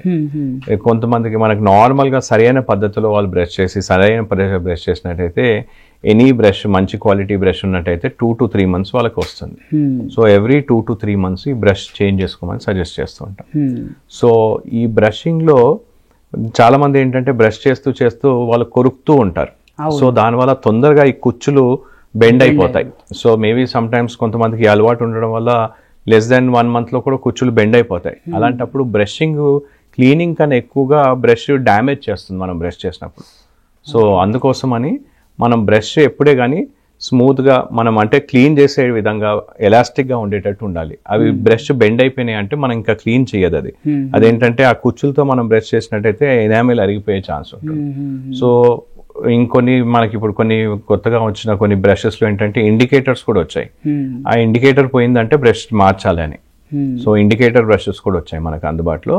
బట్ నార్మల్గా యాజ్ అ రూల్ మనకి బ్రిసిల్స్ బెండ్ అయినట్టయితే వెంటనే బ్రష్ చేయించాలి. అంటే పర్టికులర్ గా ఇంత టైం కి చేంజ్ చేయాలి. ఐడియల్ గా మనం సరైన పద్ధతిలో బ్రష్ చేస్తే ఒక 2 to 3 months వస్తుంది. లేకుండా కొంతమందికి తొందరగా అయిపోయినా కానీ కూడా they have to change the brush. Sir అయితే ఇప్పుడు బ్రషింగ్ గురించి అయిపోయింది, నెక్స్ట్ టంగ్ క్లీనింగ్ సార్. అది ఇంపార్టెంటా? అది కంపల్సరీగా చేసుకోవాలా లేకపోతే చేసుకోకపోయినా ఏం కాదా? లేదు, చాలా మంది ఏంటంటే టంగ్ కి నిర్లక్ష్యం చేస్తారు. మీరు మంచి క్వశ్చన్ అడిగారు. టంగ్ లో ఏంటంటే మనకి టంగ్ పైన సన్నటి పాపిలే అని ఉంటాయి. అంటే మన ఫింగర్ లైక్ ప్రొజెక్షన్స్ మైక్రోస్కోప్ లో చూసినట్టే సన్నగా, మనం నార్మల్ గా చూసినా కూడా సన్న సన్న డాట్స్ లాగా ఉంటాయి. సో దీని మధ్యలో కూడా మనకి ప్లాక్ లేదంటే బ్యాక్టీరియా ఇరుక్కొని ఇన్ఫెక్షన్స్ రావడము, నోట్ నుండి స్మెల్ రావటం ఇవన్నీ ఉంటాయి. సో టంగ్ కూడా మనకి ఏంటంటే ఈ డెడ్ సెల్స్ ఎక్స్ఫోలియేట్ అవుతుంది. మనకి మన స్కిన్ ఎలా పోయేసి కొత్త స్కిన్ వస్తుందో అలా టంగ్ పైన కూడా డెడ్ సెల్స్ ఉంటాయి. సో దానికి ఇన్ఫెక్షన్ వచ్చే ఛాన్స్ కూడా ఉంటుంది. సో దాన్ని మనం క్లీన్ చేసుకోవడం అనేది చాలా important. So tongue cleaning is also as important as tooth brushing. So దీనివల్ల ఈ ఫంగల్ ఇన్ఫెక్షన్స్ ఇవన్నీ కూడా వచ్చే ఛాన్స్ ఉంటుంది. సో టంగ్ క్లీన్ చేసుకోవడం కూడా చాలా important. And every day as a part of brushing tongue cleaning also has to be done. మనము రెస్టారెంట్స్లో చూసుకున్నట్టయితే కామన్గా మనకు కనిపించేది టూత్ పిక్స్ సార్. సో అవి యూజ్ చేయొచ్చు అంటారా చేయొద్దు అంటారా? లైక్ ఏదైనా పంటలో ఇరుక్కున్నప్పుడు అది తీయడానికి యూజ్ చేస్తుంటారు, ఇంకా కొంతమంది అయితే సేఫ్టీ పిన్స్ యూజ్ చేస్తుంటారు, కొంతమంది డిఫరెంట్ ఇక మీరు అడ్వైజ్ చేస్తారా అట్లా తీసుకోవడం మంచిదే అంటారా? మనకి ఈ tooth pics specially wooden tooth pics ఉంటాయి కదా. సో వుడెన్ టూత్ పిక్స్ ఏంటంటే ఒకటి మనము పళ్ళ మధ్య ఆహారం ఇరుక్కుంటుంది అంటే పళ్ళ మధ్య సందు వచ్చిందంటే మనకు అర్థం అనమాట. అంటే క్యావిటీ వచ్చే ఛాన్స్ ఉంటుంది. కొంతమందికి న్యాచురల్గా గమ్ వల్ల కూడా ఇన్ఫెక్షన్ అది ఇరుక్కోవచ్చు. కానీ క్యావిటీ వచ్చి పన్ను మధ్యలో క్యావిటీ వచ్చి మనం ఇరుక్కొని మనం టూత్ పిక్తో తీసామనుకోండి, ఆ టూత్ పిక్ ఆ వెజ్ అన్సపోర్టెడ్ ఎనామిల్ దగ్గరికి వెళ్ళేసి ఆ పన్ను కూడా విరిగే ఛాన్స్ ఉంటుంది ఆ సైడ్ నుండి. రెండోది మనం ఈ టూత్ పిక్ ఈ వెజ్ ఇది వుడెన్ టూత్ పిక్ ఉంటుంది కాబట్టి ఆ టూత్ పిక్ లోపల మధ్యలో విరుక్కున్నా కూడా మీకు ప్రాబ్లం వస్తుంది. సో ఐడియలీ ఫుడ్ ఇరుక్కున్నట్టయితే night flossing is very important. Yes sir, what ఆ ఫ్లాస్ అనేది ఒక థ్రెడ్ ఉంటుంది కదా సార్, అది హౌ టు యూజ్ ఇట్ అంటే చాలా మందికి తెలీదు. అంటే దాని గురించి అవేర్నెస్ ఉంటుండొచ్చు కానీ అది ఏంది ఇట్లా తాడు పెద్ద ఉంటుంది, హౌ టు యూజ్ ఇట్, ఎంత లెంత్ తీసుకోవాలి, 2 sides చేయాల్సి వస్తుంది కదా, ఎట్లా యూజ్ చేయాలనే డౌట్ ఉంటుంది. ఒకసారి దాని గురించి చెప్పండి సార్. ఫ్లాస్ నేను ఒకసారి మీకు చూపిస్తే ఐడియా వస్తుంది. నార్మల్గా ఒక 1 feet లెంత్ మనం 1 feet లెంత్ వరకు తీసుకున్నానంటే 12 inches మనం తీసుకున్నట్టయితే మనం దాన్ని టీత్ పై మన ఫింగర్స్ పైన ఇలా రోల్ చేసేసి అప్పుడు మనం టీత్ కి మధ్యలో ఎక్కడ ఉన్నది అక్కడ అలా పెట్టి మనం క్లీన్ చేస్తానికి వీలు ఉంటుంది. టీత్ మధ్యలో ఏమైనా ఇరుక్కున్న ఆహార పదార్థాలు ఏమన్నా అని కూడా ఇలా floss at the end of the day మనం చేసేటప్పుడు ఇలా ఫ్లాస్ తీసుకొని మనం ఎక్కడ ఇరుక్కుంది అది తీసినట్టయితే ఉంటుంది. కొంతమందికి ఏంటంటే ఈ ఫింగర్స్ తో రోల్ చేయడం కష్టంగా ఉన్నట్టయితే మనకి యూనిఫ్లాస్ అనేది ఒక చిన్న స్టిక్ లా కూడా ఉంది. సో అలాంటివి కూడా వస్తాయి, సపోర్ట్ తో పాటు ఆ బ్రిడ్జ్ లాంటి సపోర్ట్ తో వస్తాయి. అవిటితో కూడా మనం టీత్ మధ్యలో పెట్టేసి క్లీన్ చేసుకోవడానికి. సో మనము ఫ్లాస్ యూజ్ చేయలేదనుకోండి, సో మన టీత్ పైన 5 surfaces ఉంటాయి. So front surface, back surface, side surface and top surface. So sides మనం క్లీన్ చేయలేమన్నమాట. సో ఫ్లాస్ తోని మనం చేసినట్టయితే దాని మధ్యలో ఇరుక్కున్న ఆహార పదార్థాలు కానీ ప్లాక్ ని మనం క్లీన్ చేయడానికి పనికొస్తుంది. అంటే గ్యాప్ వచ్చే ఛాన్స్ ఏమైనా ఉంటుందా సార్ ఇది యూజ్ చేయడం వల్ల? లేదు, ఫ్లాస్ చేయడం వల్ల ఇది వెరీ థిన్ న్యాచురల్ మన హెయిర్ లైన్ అన్నమాట. మన టీత్ మధ్యలో ఎలాంటి గ్యాప్స్ ఉంటాయో అంతనే ఉంటుంది అనమాట. సో దాని వల్ల ఎలాంటి గ్యాప్స్ రావు. సో ఫ్లాస్ మనం టైం టు టైం కరెక్ట్ గా వాడినట్టయితే ఎలాంటి గ్యాప్ రాకుండా సన్నట్ it's very thin nylon thread. So మన హెయిర్ లైన్ లాగా అనమాట. సో దాన్ని మనం క్లీన్ చేసేసి టీత్ మధ్యలో ఉన్న ఆహార పదార్థం తీసివేసుకొని మనము 90% ఫుడ్ పార్టికల్స్ ఏవేంటంటే మనకి టీత్ మధ్యలో ఇరుక్కొని ఉంటాయి. మనం బ్రష్ చేసుకోలేకపోయిన పక్షంలో ఇవి మన క్యావిటీస్ ఫామ్ కావడము, గమ్ ప్రాబ్లమ్స్ రావడం ఇలాంటివి అవుతూ ఉంటాయి. సో దాన్ని మనం కాకుండా మనం చూసుకోవచ్చు. సార్ ఇప్పుడు చాలా మంది టీత్ ఎల్లోనెస్ అవుతుందని చాలా ఇన్సెక్యూర్ గా ఫీల్ అవుతుంటారు సార్. అసలు ఈ టీత్ ది ఒరిజినల్ కలర్ ఏంటి, ఆ ఎల్లోనెస్ రావడానికి కారణం ఏంటి? Teeth original colour is not 100% milky white కాదు, it is pearly white. So pearly white లో మనకి డిఫరెంట్ కలర్స్ షేడ్స్ ఉంటాయి బేస్డ్ ఆన్ పర్సన్. మనకి స్కిన్ కలర్ ఎలా ఉంటుందో అలా టీత్ కి కూడా డిఫరెంట్ పర్సన్స్ కి డిఫరెంట్ కలర్స్ ఉంటాయి, డిఫరెంట్ షేడ్స్ ఉంటాయి. సో ఇందులో ఈ పర్లీ వైట్ ఉండడానికి మనం కొంతమందికి ఏంటంటే because of abuse of substance అంటే కలరింగ్ ఏజెంట్సే కానీ స్మోకింగే కానీ పాన్ గుట్కా ఇలాంటి దాని వల్ల కూడా వాళ్ళకి టీత్ కలర్ మారే అవకాశం ఉంటుంది. ఇవేంటంటే ఎక్స్ట్రెన్సిక్ స్టెయిన్స్. ఈ నార్మల్ ఈ స్మోకింగ్ ఇవన్నీ కాకుండా కూడా టీస్ కాఫీస్ ఎక్కువగా తీసుకునే వాళ్ళు అంటే బ్లాక్ టీ బ్లాక్ కాఫీ ఎక్కువగా తీసుకునే వాళ్ళు వైన్స్ కానీ colouring agents cool drinks cokes koalas ఇలాంటివి కూడా కలర్డ్ ఫుడ్స్ ఎక్కువగా తీసుకునే వాళ్ళలో కూడా ఈ టీత్ కలర్ మారడం అనేది చూస్తుంటాం. ఇది ఒకటే కాకుండా ఈవెన్ మన తినే ఆహార పదార్థాలు అంటే మనం కొన్ని కలర్స్ వేస్తూ ఉంటాము. ఈ ఫుడ్ ఐటమ్స్లలో కూడా కొన్ని ఆర్టిఫిషియల్ కలర్స్ వేస్తారు. ఒకటే కాకుండా మన ఇండియన్ ఫుడ్స్లో మనం చూసినట్టయితే పసుపు ఎక్కువగా వాడతారు.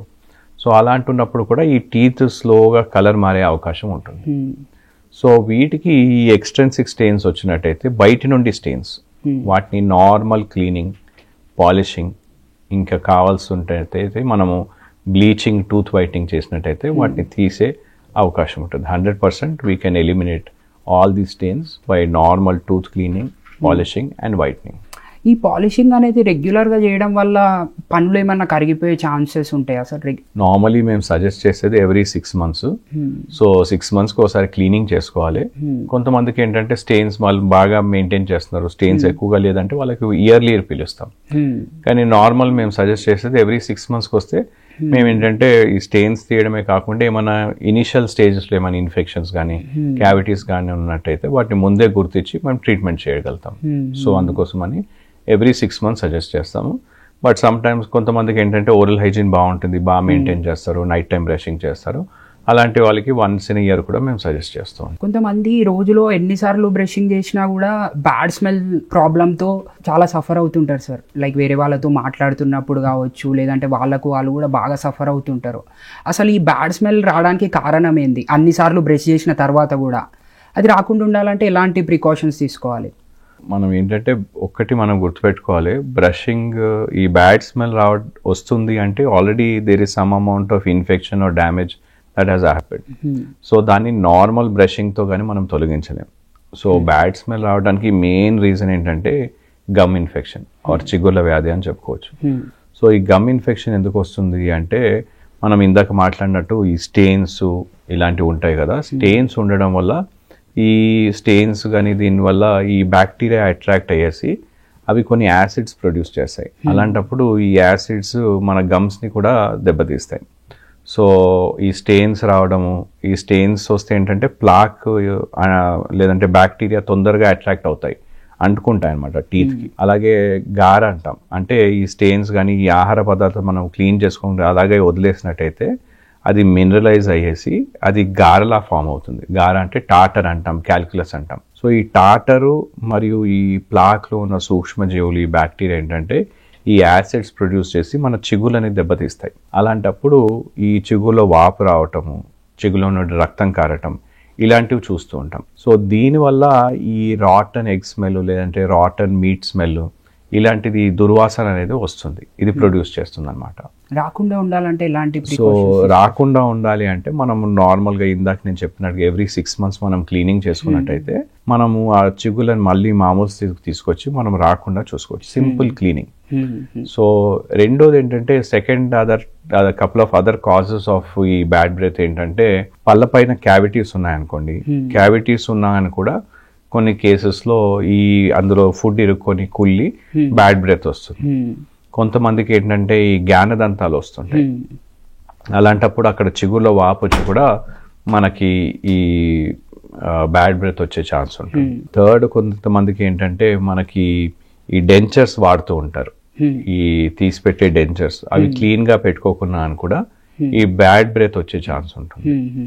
సో ఇంకా రేర్ కేసెస్లో లెస్ దెన్ 5 to 10% కేసెస్లో కొన్ని మెడికల్ రీజన్స్ వల్ల, అంటే డెంటల్ రీజన్స్ వల్ల కాకుండా కొన్ని మెడికల్ రీజన్స్ వల్ల కూడా ఈ బ్యాడ్ బ్రెత్ వచ్చే ఛాన్స్ ఉంటుంది.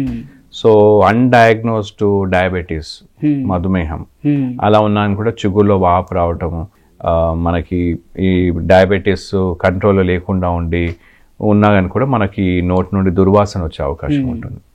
అలాగే ఈ kidney dialysis, urea levels, creatinine levels ఎక్కువగా ఉన్న కేసెస్లో కూడా ఈ నోట్లో నుండి ఇది వచ్చే ఛాన్స్ ఉంటుంది అనమాట. అలాగే మనకి కొంతమందిలో ఈ బ్లడ్ ఇన్ఫెక్షన్స్ లేదంటే గ్యాస్ట్రైటిస్, ఈ జలుబు చేసినా కూడా సైనసైటిస్ ఉన్న వాళ్ళలో కూడా మనకి నోటి దుర్వాసన వచ్చే ఛాన్స్ ఉంటుంది. సో ఫస్ట్ ఆఫ్ ఆల్ మనము ఈ డెంటల్ ఏమి కాజెస్ ఉన్నాయి చూసి ఈ డెంటల్వి మనం తీసేసినట్టయితే మిగతాయి మనం ఈజీగా మనం ఐడెంటిఫై చేసి చేయడానికి వీలుంటుంది. ఇప్పుడు మనము ఓల్డెన్ డేస్లో చూసుకున్నట్టయితే అసలు ఇన్ని టైప్స్ ఆఫ్ బ్రషెస్, ఇన్ని టూత్పేస్ట్ ఏవి లేకపోతుండే, అయినా కూడా వాళ్ళ టీత్ అనేటివి చాలా స్ట్రాంగ్ ఉండేవి చాలా డేస్ వరకు as compare to today's generation. So దాని వెనుక రీజన్ ఏంటి సార్ అసలు? సో అంటే mainly food habits and life style changes. So అప్పుడు వాళ్ళు తినే ఆహారం మనం చూసినట్టయితే ఎక్కువగా కూరగాయలు, పండ్లు, పలహారాలు, న్యాచురల్ ఫుడ్స్, న్యాచురల్వి ఎక్కువగా ఉండేవి. ఇప్పుడు అదే మనం చూసినట్టయితే ప్రాసెస్డ్ ఫుడ్స్ ఎక్కువగా ఉన్నాయి. బేకరీ ఐటమ్సే కానీ మనకి స్వీట్స్, చాక్లెట్స్, మనం ఈవెన్ ప్రాసెస్డ్, ఈవెన్ మనము ఎనీ కార్బోహైడ్రేట్స్, బ్రెడ్స్, పేస్ట్రీస్, ఇవన్నీ కూడా ప్రాసెస్డ్ ఫుడ్స్ ఎక్కువగా ఉన్నాయి. దీనివల్ల ఈ ప్రాసెస్డ్ ఫుడ్స్ ఉండడం వల్ల, ఈ చాక్లెట్స్, స్వీట్స్, ప్రాసెస్డ్ ఫుడ్స్ ఉండడం వల్ల ఆ టీత్ మధ్యలో ఇరుక్కోవడము, దానివల్ల ఇన్ఫెక్షన్స్ ఎక్కువ రావడం అనేది ఎక్కువగా చూస్తున్నాం. రెండోది వాళ్ళు టైం టు టైం ఫుడ్ తీసుకునే వాళ్ళు, దాని తర్వాత పరిశుభ్రత, బ్రషింగ్ అనేది కూడా వాళ్ళు చేసిన, మనం ఎంతసేపు చేసినా కూడా వాళ్ళు క్లీన్గా మెయింటైన్ చేసేవాళ్ళు. ఇప్పుడు అలా కాకుండా మధ్య మధ్యలో స్నాకింగ్ బిట్వీన్ మీల్స్, తినే ఆహారం మీల్స్ మధ్యలో ఎక్కువగా తీసుకోవడం, స్నాక్స్ తీసుకోవడం, బిస్కెట్స్, చాక్లెట్స్, టీస్, కాఫీస్ ఇలా ఎక్కువగా తీసుకోవడం వల్ల కూడా ఈ క్రిటికల్ pH అంటే నోట్లో ఒక 5.4 pH కన్నా తక్కువ పోతే ఇన్ఫెక్షన్స్ వచ్చే ఛాన్స్ ఎక్కువగా ఉంటాయి. సో నార్మల్గా ఏంటంటే బై న్యాచురల్ మెకానిజం మనము తిన్న తర్వాత ఒక 1/2 hour 1 hour తర్వాత ఈ కిందికి pH వచ్చిన తర్వాత మళ్ళీ నార్మల్కి వచ్చేస్తుంది because of our salivary flow. ఇప్పుడు మనం ఈ మధ్యలో స్నాక్స్ తీసుకున్నాం అనుకోండి, ఆ ఫుడ్ అలాగే ఉండిపోయి ఆ pH ఇంకా అలాగే మెయింటైన్ అవుతుంది. అప్పుడు మనకి టీత్లో డ్యామేజ్, చిగురులో కానీ టీత్లో డ్యామేజ్ అనేది ఎక్కువగా చూస్తుంటాం.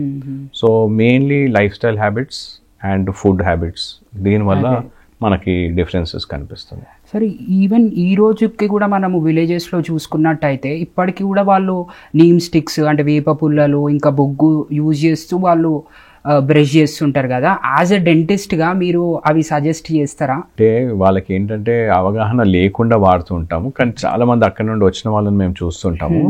ఈ వేప పుల్లలు ఇవి వాడటం వల్ల చిగుళ్ళ పైన, ఈ టీత్ పైన ఉన్న ఎనామెల్ బాగా అరిగిపోతుంది వీళ్ళకి. స్పెషల్గా బొగ్గు వాడే వాళ్ళకి మీరు చూసినట్టయితే టీత్ బ్లాక్గా అయిపోయి ఉంటాయి. సో కలర్ మారటం ఒకటి, రెండోది మనకి టీత్ పైన ఉన్న ఎనామెల్ అరిగిపోవటం అనేది ఇది ఎక్కువగా చూస్తుంటాం. ఆ నీమ్లో ఉన్నది ఒకటి ఏంటంటే దాంట్లో ఉన్న కొన్ని మెడిసినల్ ప్రాపర్టీస్ మన చిగుళ్ళని గట్టిగా ఉండేటట్టు చూస్తుంది, కానీ మన టీత్ పైన ఎనావిల్ మాత్రం బాగా అరిగిపోతుంది. రెండోది ఏంటంటే ఇది ఒక స్పెసిఫిక్ కన్సిస్టెన్సీ, లేదంటే ఇది మనకు స్టాండర్డైజేషన్ ఉండదు వేప పుల్లకి. వాళ్ళు కొరికి నమ్లి దాన్ని బ్రష్ లాగా చేస్తారు.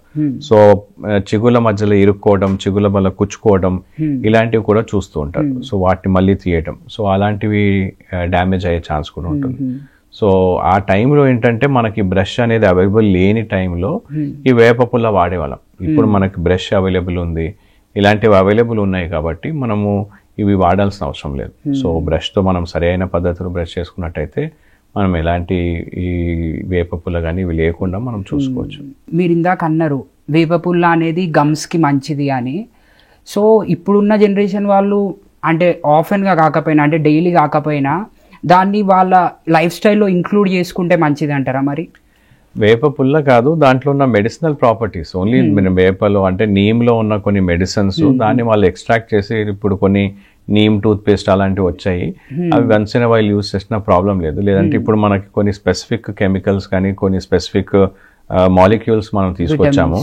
సో దాంతో మనం బ్రషింగ్, ఇప్పుడు గమ్ ప్రాబ్లం ఉన్న వాళ్ళకి దాంతో బ్రషెస్ మనం యూజ్ చేస్తాం. సో వన్స్ ఇన్ వైల్ అంటే ఎందుకంటే బికాజ్ ఆ వేప పుల్ల ఆ కన్సిస్టెన్సీ కరెక్ట్ కాదు, దానివల్ల డ్యామేజ్ అయ్యే ఛాన్స్ ఎక్కువ ఉంటుంది కాబట్టి మేము సజెస్ట్ చేయము. But once in while medicinal property కోసం కావాలంటే ఎక్కువ యూస్. ఓరల్ హెల్త్ అనగానే చాలా మంది కూడా ఓన్లీ నోటికే పరిమితం అనుకుంటారు. అంటే టీత్ ఇష్యూస్ కావచ్చు, గమ్ ఇష్యూస్ కావచ్చు, లేదంటే మన మౌత్లో ఉన్న పార్ట్స్కి రిలేటెడ్ ఇష్యూసే అని అనుకుంటారు. కానీ ఈ ఓరల్ హెల్త్ అనేది మన ఓవరాల్ హెల్త్ పైన ఎలాంటి ప్రభావం చూపిస్తుంది? Very good question.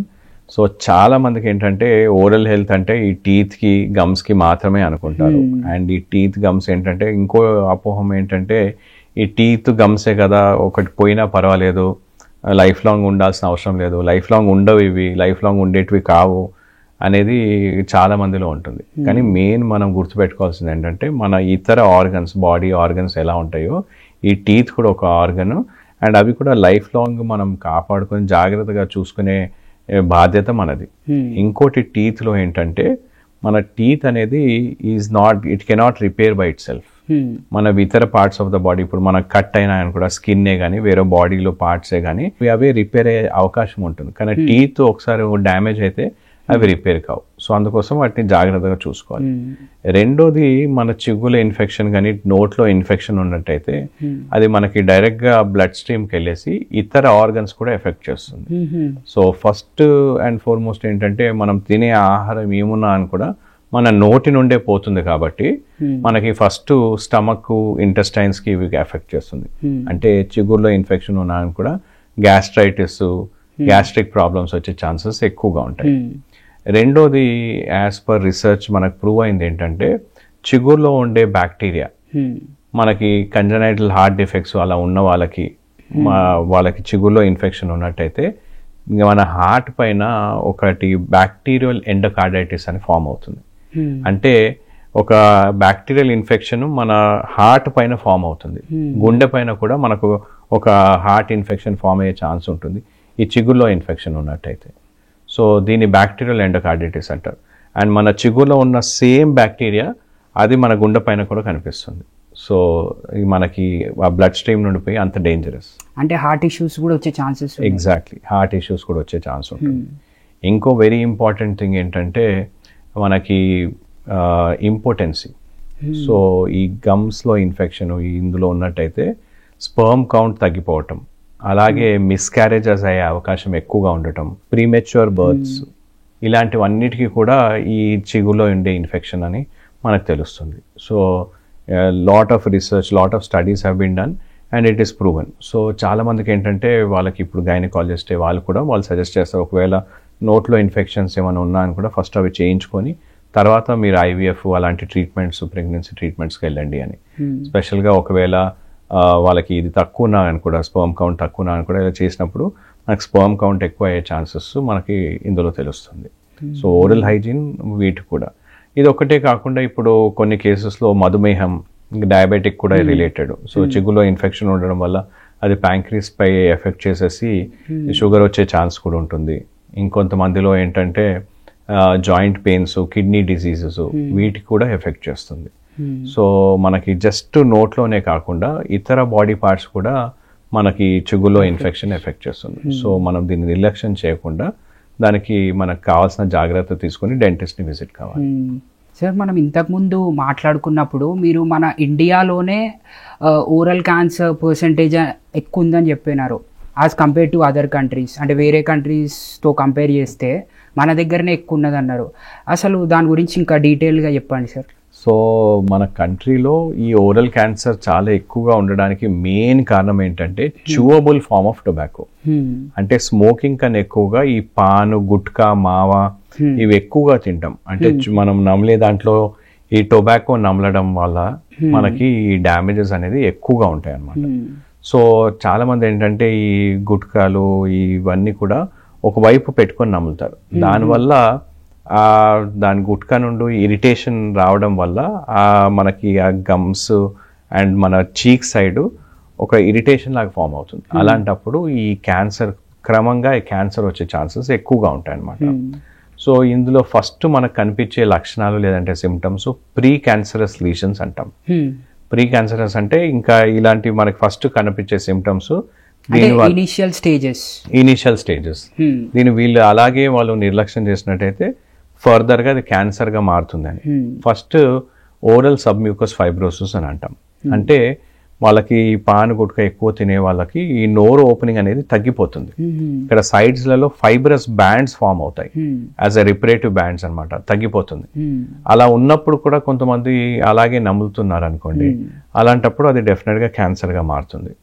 సో ఇలా ప్రీ క్యాన్సరస్ లీజన్. రెండోది ఏంటంటే white colour patches, ulcers, white colour patches, leukoplakia ఇలాంటి patches, lichen planus leukoplakia patches.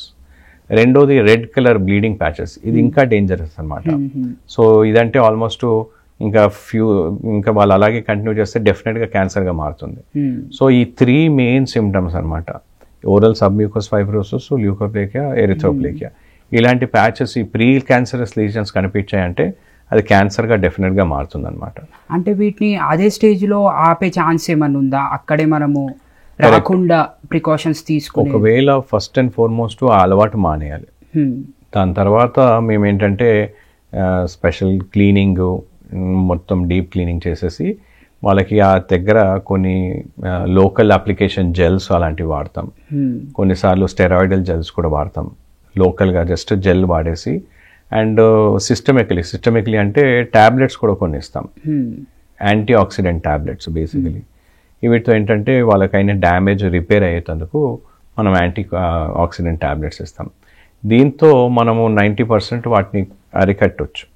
కానీ ఈ దాంట్లో కూడా వాళ్ళు నిర్లక్ష్యం చేసి స్మోకింగ్, పాన్, గుట్కా ఇవి మళ్ళీ కంటిన్యూ చేశారనుకోండి, అది డెఫినెట్గా క్యాన్సర్గా మారుతుంది. అందుకోసం అండ్ ఈ పాన్, గుట్కా ఇవన్నీ కూడా మన దేశంలోనే చాలా ఎక్కువగా ఉంది కాబట్టి ఈ ఓరల్ క్యాన్సర్ అనేది మన దగ్గర చాలా ఎక్కువగా కనిపిస్తుంది. సో ఈవెన్ పెద్ద పెద్ద బ్రాండ్స్, పెద్ద పెద్ద వాళ్ళని తీసుకొని, పర్సనాలిటీస్ని తీసుకొని వీళ్ళు ఈ అడ్వర్టైజ్మెంట్స్ చేస్తూ ఉంటారు. ఇప్పుడు టాప్ మోస్ట్ సెలబ్రిటీస్ అందరూ చేస్తున్నారు కదా మనం చూసుకున్నట్టయితే. అవునండి. దాని గురించి ఏం చెప్తారు సార్? సో ఇదేంటంటే, ఇది ఇండైరెక్ట్ మార్కెటింగ్. అంటే మేము యాజ్ అ డెంటల్ అసోసియేషన్ మేము రిప్రజెంట్ చేసేసి డైరెక్ట్గా దీన్ని మార్కెట్ చేయొద్దు, దీనివల్ల ఇలాంటి డ్యామేజ్ ఉంది అని మేము గవర్నమెంట్కి రిప్రజెంట్ చేసాం. కానీ వాళ్ళు ఏంటంటే ఇండైరెక్ట్గా, సో ఇప్పుడు ఏమైనా బియర్స్ కానీ ఆల్కహాల్ మార్కెట్ చేయలేని పక్షంలో వాళ్ళు సోడాస్ అని అలా మార్కెట్ చేస్తారు. సో ఇలాచి అని, కేసరి అని వాళ్ళు మార్కెట్ చేస్తున్నారు, which is again giving a wrong impression. So చాలా మంది ఏంటంటే దాని వల్ల ఇన్ఫ్లుయెన్స్ అవుతున్నారు. కేసరి అనుకొని కన్స్యూమ్ చేసే వాళ్ళు కూడా. కరెక్ట్. నిజంగానే కేసరి అనుకొని, అంటే వాళ్ళకి తెలియదు కాబట్టి వాళ్ళు వెళ్ళేసి ఇలా కన్స్యూమ్ చేయడము, ఇలా నమలడము, దానివల్ల ఈ డ్యామేజ్ కావడం. సో ఫ్యూచర్లో దానివల్ల అలాంటి యాడ్స్ కూడా రాకుండా మేము రిప్రజెంట్ చేస్తున్నాము. బట్ సెలబ్రిటీస్ కూడా ఏంటంటే జస్ట్ బికాజ్ ఇవన్నీ పాన్ మసాలా, పాన్ గుట్కాస్ ఇలాంటి యాడ్స్ చేయకుండా ఉన్నట్టయితే స్పోర్ట్స్ పర్సన్స్, పర్సనాలిటీస్, ఇన్ఫ్లుయెన్సర్స్ వీళ్ళందరూ దీనివల్ల ఏంటంటే మనకి జనరల్ పబ్లిక్కి రాంగ్ ఇంప్రెషన్ వస్తుంది. మనకి ఒక సైడ్ ఏమో వీళ్ళు గవర్నమెంట్ ఏమో మనకి థియేటర్స్లలో ఈ oral cancer against awareness ads చూపిస్తున్నారు, ఇంకో సైడ్ ఇలాంటి సెలబ్రిటీస్ ఏమో మనకి ఇవి తీసుకోమని మనకి యాడ్స్ ఇస్తున్నారు. సో దీనివల్ల బాగా పీపుల్లో కూడా బాగా కన్ఫ్యూజన్ ఉంది, ఎస్పెషలీ యూత్లో. ఎందుకంటే యూత్లో వాళ్ళు తొందరగా ఇన్ఫ్లుయెన్స్ అవుతారు ఇలాంటి యాడ్స్, ఇలాంటి దీనివల్ల వాళ్ళకి తెలియకుండా తొందరగా ఇన్ఫ్లుయెన్స్ అవుతారు. అండ్ దీనివల్ల చాలా యంగ్ పీపుల్లో మేము చూస్తున్నాం ఈ oral cancer symptoms, oral cancer రావటం ఇవి చాలా యంగ్ పీపుల్లో. దో దీన్ని మనం 100% క్యూర్ చేయగలుగుతాము, కానీ దానివల్ల ఉండే డ్యామేజెస్ ఉంటాయి. సో లైఫ్ లాంగ్ డిస్ఫిగర్మెంటు, ఫేషియల్ డిస్ఫిగర్మెంటు, ఆ చోటు నుండి మొత్తం బోన్ కానీ ఆ ఇన్ఫెక్టెడ్ భాగం మొత్తం తీసేయటము, ఇలాంటి ఫేషియల్ డిస్ఫిగర్మెంట్స్ మళ్ళీ మనం రిపేర్ చేయలేని డిస్ఫిగర్మెంట్స్ అనేది మనం చూస్తూ ఉంటాం. సో ఒకటి మెయిన్ పీపుల్ మనం గుర్తించాల్సింది ఏంటంటే దీనివల్ల ఎలాంటి డ్యామేజ్ ఉంటుంది, దీన్ని మనము ఎలా మనము పేషెంట్స్ అంటే పబ్లిక్కి మనం ఎలా తెలియచేయాలి దీనివల్ల డ్యామేజ్ ఉంటుంది అనేది. అండ్ రెండోది పబ్లిక్ కూడా ఏంటంటే ఇలాంటి యాడ్స్తో మోసపోకుండా వాళ్ళ అవగాహన వాళ్ళు యూస్ చేసుకొని ఇలాంటి వాటికి వాళ్ళు లొంగిపోకుండా ఉంటే బెటర్. ఇప్పుడు గుట్కా, జర్దా లేదంటే చ్యూయింగ్ టొబాకో ఇవన్నీ డైరెక్ట్గా మన ఓరల్ అంటే మన నోటితో అటాచ్మెంట్ ఉంటుంది కాబట్టి చాలామందికి అవేర్నెస్ ఉంటుంది ఇవి తింటే మనకి ఓరల్ క్యాన్సర్ వచ్చే ఛాన్సెస్ ఉందని. కానీ స్మోకింగ్ అయితే జస్ట్ పొగనే అనుకొని చాలామంది స్మోక్ చేస్తుంటారు. స్మోక్ చేయడం వల్ల మన పంటి మీద కావచ్చు, లేదంటే కంప్లీట్ మన ఓరల్ హెల్త్ పైన కావచ్చు, ఎలాంటి ఎఫెక్ట్స్ ఉంటాయి? మోస్ట్ ఇంపార్టెంట్ స్మోకింగ్తో ఏంటంటే along with oral cancer, lung cancers అలాంటివి వచ్చే ఛాన్సెస్ ఎక్కువగా ఉంటాయి.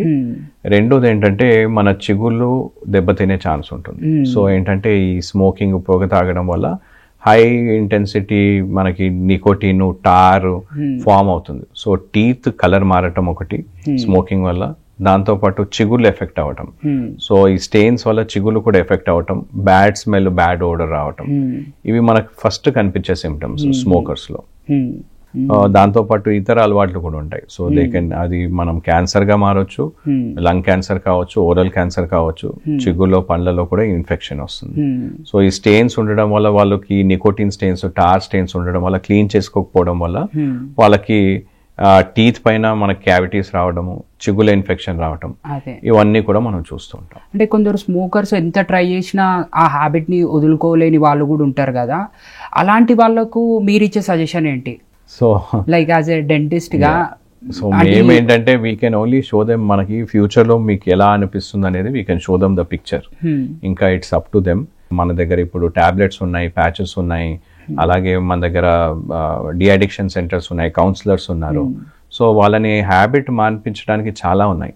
కానీ ఏంటంటే వాళ్ళు నేను చాలా మందితో మాట్లాడాను, మీకు తెలుసు కదా అంటే, అవునండి కానీ నాకు స్మోక్ చేయాలని ఉంది అని అంటారు. సో యూనో వాళ్ళకి తెలుసు వాళ్ళకి డ్యామేజ్ అవుతుంది, but they don't want to leave the habit also. So ఆ లీవరేజ్ వచ్చేంత వరకు మనం ఏం చేయలేం. సో వన్స్ ఒకసారి లీవరేజ్ వచ్చిందంటే, నేను చాలా మందిని చూసాను, ఆల్మోస్ట్ 20 years స్మోక్ చేసే వాళ్ళకి సడన్ గా వాళ్ళకి మీకు క్యాన్సర్ వస్తుంది, ఇది ప్రీ క్యాన్సరస్ లీజన్ ఉంది అంటే ఓవర్ నైట్ వదిలేస్తారు. ఇన్నేళ్ళు ఆల్మోస్ట్ 10 years 15 years నుండి నేను వదులుతందుకు ట్రై చేస్తున్నా అని చెప్పే వాళ్ళకి ఓవర్ నైట్ వాళ్ళు వదిలేస్తారు. So that is the main reason ఏంటంటే వాళ్ళకి mentally once they get that leverage, దీనివల్ల ఇంకా నేను ఏం డ్యామేజ్ అవుతుంది, లేదంటే లీవరేజ్ దీనివల్ల ఏం పెయిన్ వస్తుంది, నాకే కదా నా ఫ్యామిలీకి ఎఫెక్ట్ అవుతుంది అని తెలిసిన రోజు దే విల్ స్టాప్. ఇప్పుడు మనం స్మోకింగ్ అండ్ చూయింగ్, గుట్కా, ఇవన్నిటి గురించి మాట్లాడినాము. ఆల్కహాల్ వల్ల ఓరల్ హెల్త్ పైన, ఇంకా టీత్ అండ్ గమ్స్ పైన ఎలాంటి ఎఫెక్ట్ ఉంటుంది? ఎస్పెషల్లీ ఇప్పుడు మనము చూస్తుంటాం పబ్స్లలో ఫైర్ వోడ్కా అనేసి, తర్వాత కొంతమంది స్ట్రాంగ్గా మిక్స్ చేసుకొని తాగడము, వీటి వల్ల కూడా ఓరల్ హెల్త్ పైన ఏమైనా ఎఫెక్ట్, ఇంపాక్ట్ ఉంటుంది? ఎస్పెషల్లీ మన టీత్ పైన కరగడం కావచ్చు, లేదంటే మన గమ్స్ పైన ఎఫెక్ట్ చూపెట్టడం కావచ్చు, అలాంటి effects. So alcohol also definitely causes its effects. మనకి స్మోకింగ్ అంతా కాకుండా అని కూడా ఆల్కహాల్ వల్ల ఏంటంటే, basically alcohol is very acidic. Any alcohol is very acidic. So acidic food ఏం తీసుకున్నా అని కూడా మన టీత్ అరిగే ఛాన్సెస్ ఎక్కువగా ఉంటాయి. సో మేము ఈ వైన్ టేస్టర్స్ లో చూసాం. వైన్ టేస్టర్స్ అంటే ఈ వైన్స్ టేస్ట్, వాళ్ళ జాబ్ అనమాట టేస్ట్ చేయడం, ఎలాంటి వైన్ ఏంటి అని. ఈ వైన్ టేస్టర్స్ లో మొత్తం టీత్ అరిగిపోయి ఓన్లీ టీత్ లో ఉన్న ఫీలింగ్స్ మిగిలిపోయి అలా ఉన్నాయి. సో ఈ టీత్ ఎక్కువగా మనం ఆల్కహాల్ కన్స్యూమ్ చేసే వాళ్ళు టీత్ అరిగిపోవడం అనేది ఎక్కువగా చూస్తాం. రెండోది ఏంటంటే, ఈ ఆల్కహాల్ తో పాటు ఈ ఐస్ వేసుకొని కోల్డ్ గా తాగుతూ ఉంటారు.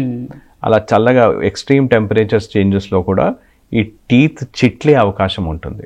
కొంతమందికి ఆల్కహాల్ తో పాటు ఈ ఐస్ తీసుకొని ఐస్ ని కొరుకుతూ ఉంటారు, నమ్ములుతూ ఉంటారు. సో దాని వల్ల కూడా ఈ పళ్ళు చిట్లే అవకాశం ఉంటుంది, ఫ్రాక్చర్స్, క్రాక్స్ రావటం. సో ఇవన్నీ కూడా మనము ఈ ఆల్కహాల్ దాంట్లో చూస్తూ ఉంటాం. ఇది ఒకటే కాకుండా మనం ఆల్కహాల్ వల్ల ఏంటంటే bad oral hygiene, oral habits కూడా. ఎందుకంటే లాంగ్ టర్మ్ వీళ్ళు ఆల్కహాల్ తీసుకునే వాళ్ళు మనం ఈ ఓరల్ హ్యాబిట్స్, ఓరల్ హైజీన్ కూడా బ్యాడ్ గా ఉండేది చూస్తాం. ఈ చిగుళ్ళను కూడా ఎఫెక్ట్ చేస్తుంది, పళ్ళను కూడా ఎఫెక్ట్ చేస్తుంది. Over a period of time వాళ్ళకి ఈ టీత్ కానీ చిగుళ్ళు కానీ ఎఫెక్ట్ అవుతూ ఉంటాయి. అలాగే మనము ఈ ఆల్కహాల్ తీసుకునే వాళ్ళలో ఇతర డిజీజెస్ కూడా చూస్తాం. కాబట్టి యాజ్ అ కాంబినేషన్ మనము, అండ్ మీరు ఇందాక అన్నట్టుగా ఈ పబ్స్లో ఇందులో మనం ఈ ఫైర్ వాడ్కా ఇలాంటివి తీసుకోవడం వల్ల, హై టెంపరేచర్స్ అండ్ ఈ యాసిడిక్ ఫుడ్ తీసుకోవడం వల్ల పళ్ళలో డ్యామేజ్ కావడం, అంటే పళ్ళు చిట్లటం, దాంతోపాటు పళ్ళు అరిగిపోవటం, చిగులు కూడా డ్యామేజ్ అవ్వడం అనేది చూస్తుంటాం. చిగులు కిందికి జారిపోవటం, ఇలాంటివన్నీ కూడా చూస్తుంటాం. అంటే ఇప్పుడు ఆల్రెడీ ఆల్కహాల్ హ్యాబిట్ ఉన్న వాళ్ళు, బాగా తాగే వాళ్ళకి మీరు యాజ్ ఎ డెంటిస్ట్గా ప్రికాషన్స్ అంటే ఎలాంటి సజెషన్స్ ఇస్తారు? అంటే వాళ్ళు ఇంకా దాన్ని వదులుకోలేరు అనుకునే వాళ్ళకి ఇలా చేస్తే కొంచెమన్నా వాళ్ళ హెల్త్ని కాపాడుకోవచ్చు, ఎస్పెషల్లీ డెంటల్ హెల్త్ని, ఏం సజెషన్ ఇస్తారు? మేము మెయిన్గా చెప్పేది ఏంటంటే ఆల్కహాల్ ఒకవేళ ఉన్నట్టయితే night time after alcohol brush చేసుకున్నట్టయితే అట్లీస్ట్ ఒక 50% అన్న డ్యామేజ్ అనేది కాపాడుకోవచ్చు. రెండోది ఈ ఆల్కహాల్ ఉన్న వాళ్ళకి ఏంటంటే అసిడిటీ అనేది కామన్గా ఉంటుంది. సో ఈ ఆల్కహాల్ యాసిడికే కాకుండా నోట్లో కూడా యాసిడ్ రావటం, యాసిడ్ రిఫ్లెక్స్ అనేది ఎక్కువగా ఉంటుంది కాబట్టి అలాంటప్పుడు ఈ నోట్లో కడుపులో నుండి వచ్చే యాసిడ్ నోట్లో ఉన్న టీత్ని బాగా డ్యామేజ్ చేస్తాయి. అలాంటప్పుడు టీత్ అరిగిపోవడం అనేది కూడా ఎక్కువగా చూస్తాం.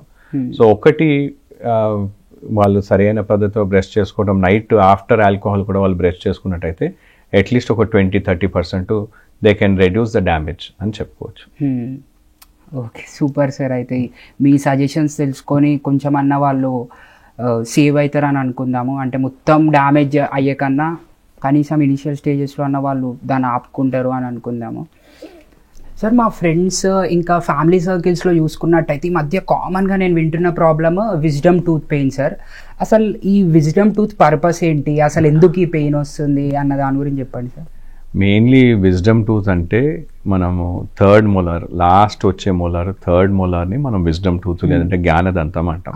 సో ఈ జ్ఞానదంతం ఏంటంటే 16 సంవత్సరాలను మొదలై 24 years 24 సంవత్సరాల మధ్యలో వస్తాయి. అందుకోసము ఈ జ్ఞానం వచ్చే టైంలో ఈ జ్ఞానదంతం వస్తుంది కాబట్టి దాన్ని జ్ఞానదంతం అని అంటాం. సో ఈ జ్ఞానానికి కానీ ఈ జ్ఞానదంతానికి ఎలాంటి సంబంధం లేదు. ఇందులో మీరు అన్నట్టు ప్రాబ్లమ్స్ అనేటివి మన ఇండియన్ పాపులేషన్లో ఎక్కువగా చూస్తున్నాం.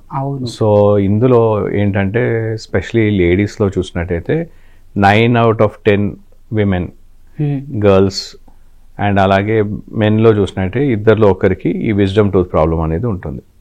సో ఈ విజ్డమ్ టూత్ ఏంటంటే మనకి నార్మల్గా ఈ 16 years to 24 years మధ్యలో వస్తాయి కాబట్టి గర్ల్స్లో చూసినట్టయితే వాళ్ళ స్కెలిటల్ గ్రోత్, అమ్మాయిలకి స్పెషలీ వాళ్ళ స్కెలిటల్ గ్రోత్ అనేది అరౌండ్ 15-16 yearsకి ఆగిపోతుంది. కానీ ఈ టూత్ రావడం అనేది 15-16 yearsకి మొదలవుతుంది. సో అందుకోసమని ఈ టీత్కి స్పేస్ లేకపోవడం వల్ల అది సగమే బయటికి రావడము లేదంటే వంకరగా రావడం అనేది మనం కామన్గా చూస్తుంటాం, whether in boys or girls. So అలాంటప్పుడు మనకి ఆ విజ్డమ్ టూత్ సగమే బయటకు వచ్చి ముందు పళ్ళని తొయ్యటము ఇలాంటి ప్రాబ్లమ్స్ చూస్తుంటాం.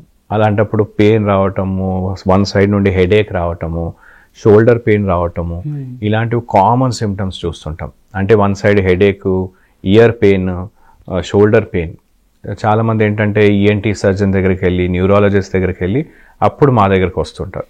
సో ఏంటంటే మేము ఏంటంటే నార్మల్గా మేము చూసి ఇది విజ్డమ్ టూత్ పెయిన్ అని మేము చెప్పడానికి వీలు ఉంటుంది. కొన్నిసార్లు వాళ్ళు కూడా మాకు రెఫర్ చేస్తారు, మా సైడ్ నుండి ఎలాంటి ప్రాబ్లం లేదు, మీరు ఒకసారి డెంటిస్ట్ని కూడా కలవండి అని. సో ఈ విజ్డమ్ టీత్ అలాంటి ప్రాబ్లమ్స్ ఉన్నట్టయితే ఆ విజ్డమ్ టీత్ తీసేయమని చెప్తుంటాం. ఈ విజ్డమ్ టీత్ తీయడం వల్ల ఎలాంటి మనకి దుష్ప్రభావాలు, సైడ్ ఎఫెక్ట్స్ అనేవి ఉండవు. సో చాలామంది ఏంటంటే విజ్డమ్ టీత్ తీసేస్తే మనం విజ్డమ్ పైన కానీ, జ్ఞానదంతం తీసేస్తున్నాము జ్ఞానం పైన కానీ, మన నరాల పైన కానీ ఎలాంటి ఎఫెక్ట్ పడుతుంది అని అనుకుంటారు. కానీ ఎలాంటి ఎఫెక్ట్ పడదు, దీనికి ఎలాంటి డ్యామేజ్ అనేది ఉండదు. మనం జాగ్రత్తగా మనం విజ్డమ్ టూత్ తీసేస్తాం. అలాగే ప్రతి ఒక్కరికి విజ్డమ్ టూత్ తీయాలి అని మేము సజెస్ట్ చేయం.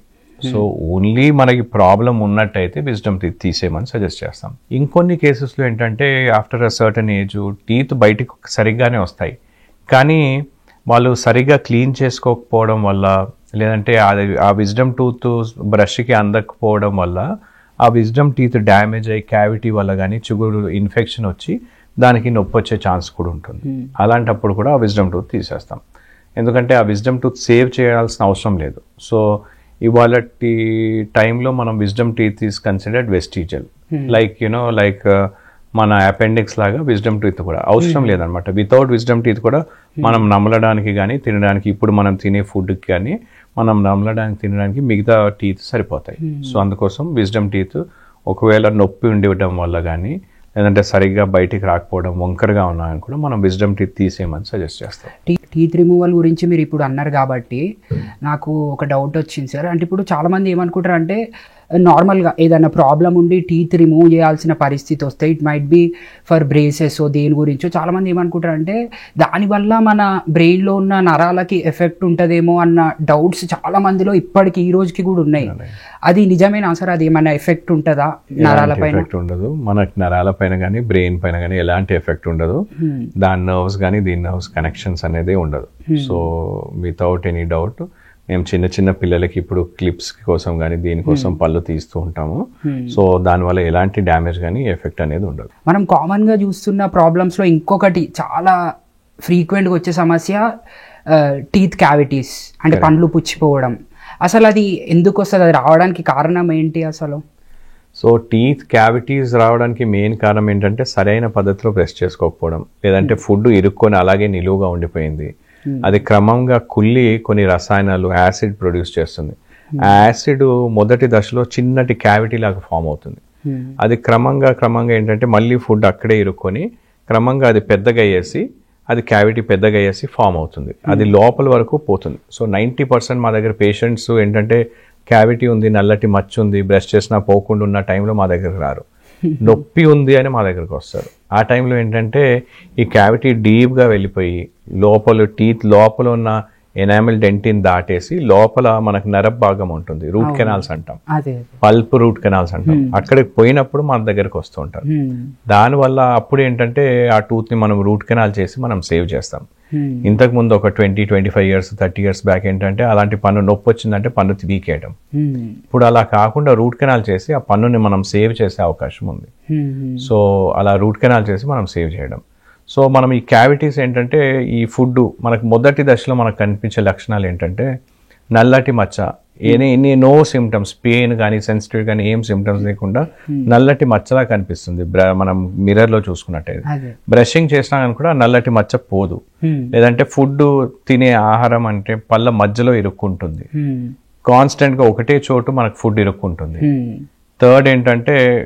సెకండ్ దశలో ఏంటంటే స్లైట్ సెన్సిటివిటీ, స్వీట్ గా తీసుకున్నా కానీ కూడా లేదంటే చల్లగా తీసుకున్నా అని కూడా మనకి పళ్ళు జూమని లాగుతున్నాయి. ఇవి ఫస్ట్ లక్షణాలు అనమాట. ఈ స్టేజ్ లోనే మా దగ్గరకు వచ్చారనుకోండి సింపుల్ క్యావిటీస్ ఫిల్లింగ్ చేసి మనం ట్రీట్మెంట్ చేయడానికి వీలుంటుంది. సో ఒకసారి నేను మీకు ఒకసారి చూపిస్తాను మోడల్ పైన మనకి డ్యామేజ్ ఎలా అవుతుంది అనేది. సో మనకి టీత్ లో పైన ఏంటంటే నార్మల్ గా ఎనామిల్ అని ఉంటుంది. సో దాని తర్వాత ఈ వైట్ కలర్ ఎనామిల్ తర్వాత మనకి లోపల భాగం డెంటిన్ అని ఉంటుంది. సో దాని లోపల మనకి రక్త కణాలు అండ్ నర్వ్స్ ఉంటాయి, నరాలు ఉంటాయి. దీన్ని మనం పల్ప్ రూట్ కెనాల్ అని అంటాం. సో ఇది బోన్ లో ఉంటుంది అనమాట. సో మనకి క్యావిటీ ఫస్ట్ స్టేజ్ లో ఓన్లీ ఎనామిల్ లో ఉన్నప్పుడు మనకి నల్లటి మచ్చలా కనిపిస్తుంది. క్రమంగా లోపల పోయినప్పుడు ఏంటంటే ఈ రూట్ కెనాల్ టచ్ అయింది అనుకోండి, అప్పుడు ఈ ఇన్ఫెక్షన్ మొత్తం ఈ టూత్ కి ఇన్ఫెక్షన్ అయినట్టు అనమాట. అలాంటప్పుడు పెయిన్ తో నొప్పితో మన దగ్గరకు వస్తుంటారు. సో ఇక్కడ మనకి ఇన్ఫెక్షన్ మనకి రూట్ కి పోయిందంటే ఇప్పుడు దీనికి రూట్ కెనాల్ చేయాల్సిందే. లేదు మనం ఈ ఓన్లీ పై భాగంలో ఉన్నట్టయితే మనం దానికి జస్ట్ క్యావిటీ ఫిల్లింగ్ చేసి మనం చేసే అవకాశం ఉంటుంది. ఇంకొక ఎగ్జాంపుల్ ఇంకో ఎగ్జాంపుల్ నేను జస్ట్ చూపిస్తాను. ఇప్పుడు చూడండి మనకి క్యావిటీ అనేది జస్ట్ ఈ పైన భాగము అండ్ ఇక్కడ చిన్న హోల్ లాగా ఉంది. అవును. సో ఇది మనకి సైడ్ నుండి క్యావిటీ స్టార్ట్ అవుతుంది అనమాట. సో మనం ఇందులో మనం క్రాస్ సెక్షన్ లోపల మనం చూసినట్టయితే ఈ క్యావిటీ ఇంతవరకే ఉంది, జస్ట్ స్టార్ట్ అవుతుంది, మనం లోపల వరకు పోలేదు. దీన్ని మనం సింపుల్ ఫిల్లింగ్ తో మనం చేసే అవకాశం ఉంటుంది. అదే మనం ఇది సెకండ్ స్టేజ్ లో ఉంది అనుకోండి, ఈ సెకండ్ స్టేజ్ లో ఏంటంటే ఈ క్యావిటీ ఇంకొద్దిగా లోపల వరకు పోయింది, మనకి క్యావిటీ ఇంకొద్దిగా లోపల వరకు పోయేసి మనకి ఇన్ఫెక్షన్ స్టార్ట్ అవుతుంది అనమాట. అదే మనం ఇప్పుడు క్రాస్ సెక్షన్ లో చూసినట్టయితే ఇప్పుడు క్యావిటీ ఇక్కడ వరకు లోపల వరకు పోయింది, ఈ సైడ్ నుండి కూడా ఈ క్యావిటీ అనేది మనకు లోపలికి పోయింది అనమాట. అక్కడ రెడ్ గా మనకు కనిపిస్తుంది కదా, అంటే మనకు అక్కడ ఇన్ఫెక్టెడ్ అయింది అనమాట ఈ సైడ్ నుండి పోయేసి. సో మన క్యావిటీస్ ఒకటి పై నుండి వస్తుంది, రెండోది మనకి బాగా ఇరుక్కోవడం అనేది ఇలా సైడ్ నుండి స్టార్ట్ అవుతుంది. ఇలా సైడ్ నుండి స్టార్ట్ అయ్యేది పై నుండి కనిపించదు మనకి, కానీ ఫుడ్ ఇరుక్కుంటుంది, అక్కడ కాన్స్టెంట్ గా ఫుడ్ ఇరుక్కుంటుంది, అది మనకు లోపల పోయి మనకు డ్యామేజ్ చేస్తుంది. ఇంకా లాస్ట్ స్టేజ్ లో ఏంటంటే ఇలా థర్డ్ స్టేజ్ లో బాగా డ్యామేజ్ అయిపోయి లోపల వరకు వెళ్ళిపోయింది. ఇప్పుడు మీరు సైడ్ నుండి చూసినా కూడా ఈ డ్యామేజ్ అయ్యి లోపల వరకు పోయింది. అలాంటప్పుడు మనం మొత్తం కంప్లీట్ గా రెడ్ అయిపోయి మొత్తం డ్యామేజ్ అయిపోయింది అనమాట. ఇలాంటి పన్నును కూడా మనం రూట్ కెనాల్ చేసి మనం కాపాడవచ్చు. ఇప్పుడు రూట్ కెనాలింగ్ అంటే అసలు ఎట్లా చేస్తారు సార్? అంటే మొత్తం దాన్ని రిమూవ్ చేసి ఇంకొక పన్ను పెడతారా? వాట్ ఈస్ ద ప్రాసెస్ అసలు? ఇది రూట్ కెనాల్ అంటే ఏంటి అనేది మీకు చూపిస్తాను నేను. Yes sir. So root canal అంటే మనకి ఇనిషియల్ గా మనం ఇందాక చూసినట్టు క్యావిటీ ఉంది కదా, అవును. ఈ క్యావిటీ ఉంటే మనం దానికి డీప్ గా పోయిందంటే ఇక్కడ రూట్ వరకు పోయిందంటే మనకి ఇక్కడ మనకు కనిపిస్తుంది అనమాట ఇన్ఫెక్షన్ లోపల వరకు పోయిందని. అవును అవును. సో ఈ ఇన్ఫెక్షన్ ని మనం తీసేయాలి. ఇలాంటప్పుడు స్కానింగ్ లో తెలుస్తుందా సార్ ఇన్ఫెక్షన్? ఎక్స్రే మనం తీసుకున్నట్టయితే మనకి ఎక్స్రేలో తెలిసిపోతుంది ఇన్ఫెక్షన్ పోయింది ఎంత డీప్ పోయిందని. అలాంటప్పుడు మనం ఈ లోపల ఉన్న భాగాన్ని మనం ఇక్కడ ఓపెన్ చేసేసి ఈ లోపల రూట్ కెనాల్ ని మొత్తం మనం క్లీన్ చేస్తాం అనమాట. స్పెషల్ ఇన్స్ట్రుమెంట్స్ పెట్టేసి ఈ రూట్ కెనాల్స్ ని మొత్తం క్లీన్ చేసేసి ఇన్ఫెక్షన్ పోయేలాగా చేసి దానిపైన మనం ఫిల్లింగ్ చేసేస్తాం. ఇలా కొన్ని కేసెస్ లో ఏంటంటే విరిగిపోయింది అనుకోండి పన్ను, అక్కడ బిల్డప్ చేయడానికి లోపల పిన్ లాగా పెట్టేసి కూడా పోస్ట్ అంటాం, ఆ పోస్ట్ లాగా పెట్టేసి దాన్ని ఫిల్అప్ చేస్తాం. ఈ ఫిల్అప్ చేసిన పన్ను ఏంటంటే ఈ లోపల నుండి మనము నర్వ్ సప్లైని కూడా మనం తీసేసాం కాబట్టి ఈ హైడ్రేషన్, టీత్ కున్న హైడ్రేషన్ తగ్గిపోతుంది. అలాంటప్పుడు టీత్ బ్రిటిల్ గా అయిపోతుంది, ఆల్రెడీ క్యావిటీ ఉంది, వీక్ అయిపోతుంది. కాబట్టి మనం దానికి క్యాప్ వేసేసి ప్రొటెక్ట్ చేస్తాం అనమాట. దానిపైన అదే టూత్ ని చిన్నగా సన్నగా మనం అరగతీసి దానిపైన క్యాప్ వేస్తాం. సో దాంతో మనకు ప్రొటెక్షన్ ఉంటుంది అనమాట. సో మనము నొప్పి అనేది తీసేసాము, దానికి లైఫ్ అనేది కూడా మనం పెంచడానికి క్యాప్ వేస్తాం. అంటే ఫ్యూచర్ లో కూడా మళ్ళీ ప్రాబ్లం రాకుండా క్యాప్ వేస్తున్నారు. కరెక్ట్. ఆ పన్నుకి లైఫ్ ఉంటేనే మనం, అంటే ఈ పన్ను ఏంటంటే ఈ రూట్ కెనాల్ చేసిన తర్వాత పన్ను ఇలా సగం విరిగిపోయి ఉంది కదా, మనం తినడానికి నమ్మడానికి పనికిరాదు. అంటే రూట్ కెనాల్ తీసేస్తే మనకి దాని లోపల ఉన్న లైఫ్ అనేది పోతుంది. కానీ దాని తర్వాత మనం చూయింగ్ కానీ మనకి ఫంక్షనల్ గా మనం ఆ టీత్ ని మెయింటైన్ చేయాలి కాబట్టి దానికి క్యాప్ వేసేసి మెయింటైన్ చేస్తాం. ఇప్పుడు ఇంప్లాంటింగ్ అంటే ఏముంటుంది సార్? ఇప్పుడు ఇంప్లాంటేషన్ అనేది కూడా చాలా కామన్ గా వింటాం ఈ డెంటల్ ఫీల్డ్ లో. రైట్. సో కొన్ని కేసెస్ లో ఏంటంటే మనం ఎంత చేసినా కూడా లేదంటే టైంలో రాకుండే ఈ పన్ను ఊడిపోయి మనం అక్కడ ఆ చోట్లో ఇంప్లాంట్ పెట్టాల్సి ఉంటుంది, లేదంటే పన్ను పోయింది అనుకోండి. అలాంటప్పుడు మనం ఎక్కడ మనం పన్ను తీసేసామో అదే చోట్ల మనం ఇంప్లాంట్ పెట్టి ట్రీట్మెంట్ చేస్తాం. దాని డెంటల్ ఇంప్లాంట్ అని అంటాం. సో ఈ డెంటల్ ఇంప్లాంట్ అనేది ఇప్పుడు మనకి పన్ను పోయింది అనుకోండి, మనం పన్ను పోతే మనకి 2 మెథడ్స్ ఉన్నాయి దాన్ని ట్రీట్ చేయడానికి. సో పన్ను పోతే పక్క 2 పళ్ళు, ఇప్పుడు పన్ను లేదనుకోండి, సో పక్క 2 పళ్ళకి మనము బ్రిడ్జ్ అని చేసేసి ట్రీట్మెంట్ చేస్తాం. సో బ్రిడ్జ్ అంటే ఇలా ఈ పక్క పళ్ళ సపోర్ట్ తీసుకొని బ్రిడ్జ్ అని పెట్టేసి మనం ట్రీట్మెంట్ చేస్తాం. రెండిటి మధ్యలో గ్యాప్ ని ఫిల్ చేస్తాం. కరెక్ట్. రెండిటి మధ్యలో గ్యాప్ ని ఒకటే యూనిట్ తో మనం ఇలా తయారు చేసి రెండిటికి పక్క 2 పళ్ళ సపోర్ట్ తీసుకొని వాటికి క్యాప్స్ లాగా వాడుతూ మధ్యలో పన్నుని మనం పెడుతున్నాం. దీన్ని బ్రిడ్జింగ్ అని అంటాం. సో పక్క పళ్ళ సపోర్ట్ తీసుకొని పక్కని పిల్లర్స్ లాగా వాడుతూ బ్రిడ్జ్ చేస్తున్నాం. ఇది కూడా మనం పర్మనెంట్ గా ఉంటుంది, ఫిక్స్డ్ గా. రెండో విధానంగా ఏంటంటే మనము ఎక్కడ పన్ను తీసేసామో అదే చోట్లో ఇంప్లాంట్స్ అని చేసేసి ఆ ఇంప్లాంట్స్ పైన మనం ఈ క్యాప్స్ పెట్టడం అన్నమాట. సో దీంతో ఏంటంటే పక్క టీత్ ని ఏ విధంగా మనం డ్యామేజ్ చేయకుండా, చెక్కకుండా, వాటికి రూట్ కెనాల్ కూడా చేయకుండా మనం ఈ ఇంప్లాంట్స్ చేయడానికి వీలుంటుంది. సో దీన్ని మనం డెంటల్ ఇంప్లాంట్స్ అంటాం. అంటే పన్ను అనేది రూట్ నుంచి మొత్తం కంప్లీట్ గా తీసేసి కంప్లీట్ గా మళ్ళీ ఆర్టిఫిషియల్ టీత్ ని పెట్టడం ఇంప్లాంటింగ్. కరెక్ట్. సో దీన్ని artificial implant is like an artificial root అని చెప్పుకోవచ్చు. సో ఈ ఆర్టిఫిషియల్ రూట్ పైన మనం క్యాప్ పెట్టేసి చేస్తాం. అది ఫ్రంట్ టీతే కావచ్చు, బ్యాక్ టీతే కావచ్చు. సో ఈ ఫ్రంట్ టీత్ కి మనం ఇలా ఇంప్లాంట్ పెట్టేసి ఆ ఇంప్లాంట్ పైన మనం క్యాప్ పెట్టేస్తే మనం శాశ్వతంగా మనం దాన్ని పర్మనెంట్ గా ఉండేటట్టు చేయొచ్చు. సో ఈ లేటెస్ట్ టెక్నాలజీలో ఏంటంటే ఈ టైటానియంతో చేయబడిన స్క్రూ బోన్ తో కలిసిపోతుంది అనమాట. So bone actually bonds with the implant titanium స్క్రూతో. సో దీన్ని మనం ఫౌండేషన్ లా వాడుతూ, బికాస్ ద బోన్ పోయి అంటుకుంటుంది కాబట్టి దాన్ని ఆ స్ట్రెంగ్త్ ని మనం వాడుతూ దానిపైన మనం క్యాప్ పెడతాం. అండ్ మనకి ఇప్పటి వరకు almost 30-40 years research and follow up ఉందన్నమాట. మా పర్సనల్ కేసెస్ లో కూడా 30 years ఫాలోఅప్ ఉంది ఇంప్లాంట్ కి. సో మా పర్సనల్ క్లినిక్ కేసెస్ లో one of the first implant మన క్లినిక్ లో పెట్టారు తెలుగు స్టేట్స్ లో. ఆ ఫస్ట్ ఇంప్లాంట్ కూడా 30 years ఫాలోఅప్ మన క్లినిక్ లో ఉందన్నమాట. 30 years లో కూడా ఈ ఇంప్లాంట్ పనిచేస్తుంది అనేది. సో ఈ డెంటల్ ఇంప్లాంట్స్ గత 25-30 years నుండి మా క్లినిక్ లో చేయడంలో మోర్ దెన్ 95% సక్సెస్ రేట్ ఉంది. 95% అంటే మనకి మెడికల్ పరిభాషలో 100% అనమాట. సో ఈ 95% మనకి implants almost 20 years success rates అలా. సో అన్ని పళ్ళు ఊడిపోయినా, 1-2 పళ్ళు ఊడిపోయినా కూడా మనం ఇంప్లాంట్స్ తో ట్రీట్ చేయొచ్చు. సో సాధారణంగా ఏంటంటే ఒక పన్ను ఊడిపోయింది అనుకోండి, పక్క పళ్ళని చెక్కేసి మనం బ్రిడ్జ్ అని చేసేవాళ్ళం. ఇప్పుడు ఏంటంటే పక్క పళ్ళ సపోర్ట్ తీసుకోకుండా పక్క పళ్ళని ఇలాగా డ్యామేజ్ చేయకుండా చేస్తున్నాం. రెండోది వెనక పళ్ళు ఊడిపోయినాయి, లేదంటే అన్ని పళ్ళు ఊడిపోయినాయి అనుకోండి, అలాంటప్పుడు తీసి పెట్టే డెంచర్స్. అదే సో ఈ రోజు తీయాలి, నీళ్ళలో పెట్టుకోవాలి నైట్, మళ్ళీ మార్నింగ్ బ్రష్ చేసి పెట్టుకోవాలి. మాట్లాడేటప్పుడు నవ్వేటప్పుడు కూడా కొన్నిసార్లు లూజ్గా అవ్వడము, ఇబ్బంది అవ్వడము, ఊడి పడిపోవడము, ఇలాంటి సోషల్ ప్రాబ్లమ్స్. అదొకటే కాకుండా ఈ డెంచర్స్తో ఏంటంటే ఓన్లీ 30-40% చూయింగ్ ఎఫిషియన్సీ ఉంటుంది. చూయింగ్ ఎఫిషియన్సీ అంటే వాళ్ళకి మాస్టిగేషన్ నమలటానికి ఓన్లీ 30-40% పనికొస్తుంది అది. అదే మనం ఇంప్లాంట్తో మనం పళ్ళతో పోల్చుకున్నట్టయితే ఆల్మోస్ట్ 95-100% మనకి చూయింగ్ ఎఫిషియన్సీ వస్తుంది. సో అంత స్ట్రెంగ్త్ ఉంటుంది అనమాట. అంటే న్యాచురల్ పన్నుని మనం ఎంతవరకు మనము రెప్లికేట్ చేయగలుగుతామో అది ఇంప్లాంట్స్తో పాసిబుల్ ఇప్పుడు. సరే, ఇప్పుడు మనం కపుల్స్ మధ్య చూసుకున్నట్టయితే వాళ్ళు కిస్ చేసుకున్నప్పుడు వాళ్ళ ఇద్దరి మధ్య డిసీజెస్ ఏమైనా ట్రాన్స్మిట్ అయ్యే ఛాన్సెస్ ఉంటాయా? డెఫినెట్గా మాకు డెంటల్లో కిస్సింగ్ డిసీజ్ అని కూడా ఉంది. సో ఏంటంటే ఈ గమ్ ప్రాబ్లమ్స్ నేను ఇందాక చెప్పినట్టుగా, సో కిస్సింగ్ చేసినప్పుడు ఈ gum problems, gum infections, bacterial infections pass on అయ్యే ఛాన్సెస్ ఉంటాయి. సో దానివల్ల ఈ జింజివైటిస్ అంటే బ్యాడ్ బ్రెడ్ రావడము, లేదంటే గమ్స్ స్మెల్ రావటము, కొన్ని కేసెస్లో మనకి క్యావిటీస్ ఫామ్ అవ్వడానికి కూడా కొద్దిగా స్పెసిఫిక్ బ్యాక్టీరియా ఉంటాయి, దాన్ని ఎక్స్చేంజ్ అవ్వడం వల్ల ఈ క్యావిటీస్ కూడా వచ్చే ఛాన్సెస్ ఉంటాయి.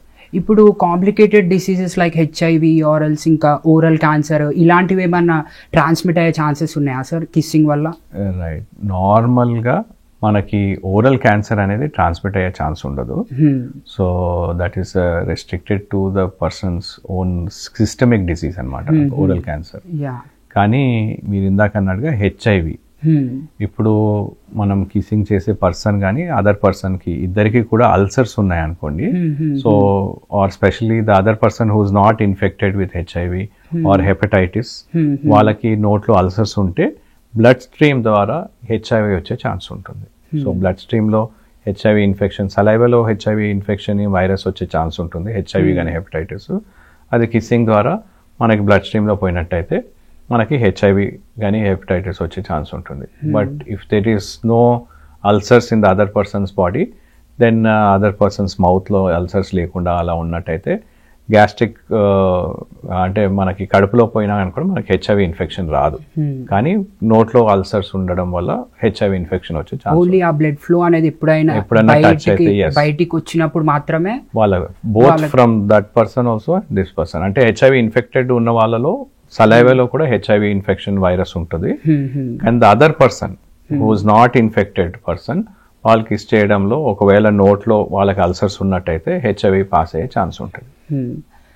సార్, ఒక 10 years ముందు పరిస్థితితో పోలిస్తే ఇప్పుడు పబ్లిక్లో టూత్ అలైన్మెంట్ గురించి చాలా అవేర్నెస్ పెరిగింది. ఎందుకంటే మనము ఇంతకుముందు చూసినప్పుడు ఇంతమంది బ్రేసెస్ లేదంటే అలైనర్స్ యూజ్ చేసేవాళ్ళు కాదు, కానీ ఇప్పుడు ప్రతి 10 మందిలో కనీసం ఒక 2-3 అయినా చూస్తున్నాము. సో ఈ అవేర్నెస్ అనేది చాలా పెరిగిపోయింది. ఈ టూత్ అలైన్మెంట్ గురించి అసలు చెప్పండి సార్, ఏంటి అసలు ఎందుకు చేసుకోవాలి అనే దానిపైన. రైట్, ఇది టూత్ అలైన్మెంట్ ఏంటంటే చాలా మంది ఇది కాస్మెటిక్ ఒక్కటే టూత్ అలైన్మెంట్ కి అవసరము, కాస్మెటిక్ చూడడానికి స్మైల్ డిజైనింగ్ కోసము, అంటే లుక్ వైజ్ గా వాళ్ళకి కనబడడానికి మంచిగా ఉంటుంది కాబట్టి టూత్ అలైనర్స్ పెట్టుకుంటారు అనుకుంటారు. కానీ అదొక్కటే కాదు, మనకి ఏంటంటే ఫంక్షనలీ ఆల్సో, అంటే పళ్ళ మధ్య గ్యాప్స్ ఉన్నాయనుకోండి, లేదంటే పళ్ళు ఎగుడు దిగుడుగా ఉన్నాయనుకోండి, అలాంటప్పుడు కూడా పళ్ళ మధ్య ఆహారం ఇరుక్కోవడము, సందులు ఉన్నట్టయితే ఆహారం ఇరుక్కోవడము, రెండోది ఎగుడు దిగుడుగా ఉన్నట్టయితే ఆహారం ఇరుక్కున్నది మనం క్లీన్ చేసుకోకపోవడము, సో కష్టం అవ్వడం, స్పెషల్ గా ఒకదానిపైన ఒకటి ఉందనుకోండి, ఫ్లాసింగ్ చేయడం అనేది ఇంపాసిబుల్ అంటే వాళ్ళకి. అలాంటప్పుడు ఈ టూత్ ఇన్ఫెక్షన్స్ కానీ గమ్ ఇన్ఫెక్షన్స్ వచ్చే ఛాన్సెస్ ఎక్కువగా ఉంటాయి. సో ఫర్ హెల్త్ పరంగా కూడా మనం చూసినట్టయితే ఈ టీత్ అలైన్మెంట్ కరెక్ట్ గా ఉంటే మనం క్లీన్ చేసుకోవడం ఈజీగా ఉంటుంది. రెండోది ఎత్తుగా ఉంటాయి కొంతమందికి పళ్ళు, ఎత్తుగా ఉన్నప్పుడు కూడా ఏంటంటే వాళ్ళకి ఈ లిప్స్ మూసుకోలేరు. అవును, సో పడుకునేటప్పుడు స్పెషల్ గా మనం వాళ్ళు ఏంటంటే లిప్స్ ఓపెన్ ఉంటాయి, అంటే రిలాక్స్డ్ పొజిషన్ లో లిప్స్ ఓపెన్ ఉంటాయి. వీటిని మేము ఇన్కాంపిటెంట్ లిప్స్ అంటాం, అంటే డెంటల్ పరిభాషలో. అంటే మేలుకున్నప్పుడు ఏంటంటే వాళ్ళు కాన్షియస్ గా మసిల్ మూవ్మెంట్ చేసి లిప్స్ మూసుకుంటారు.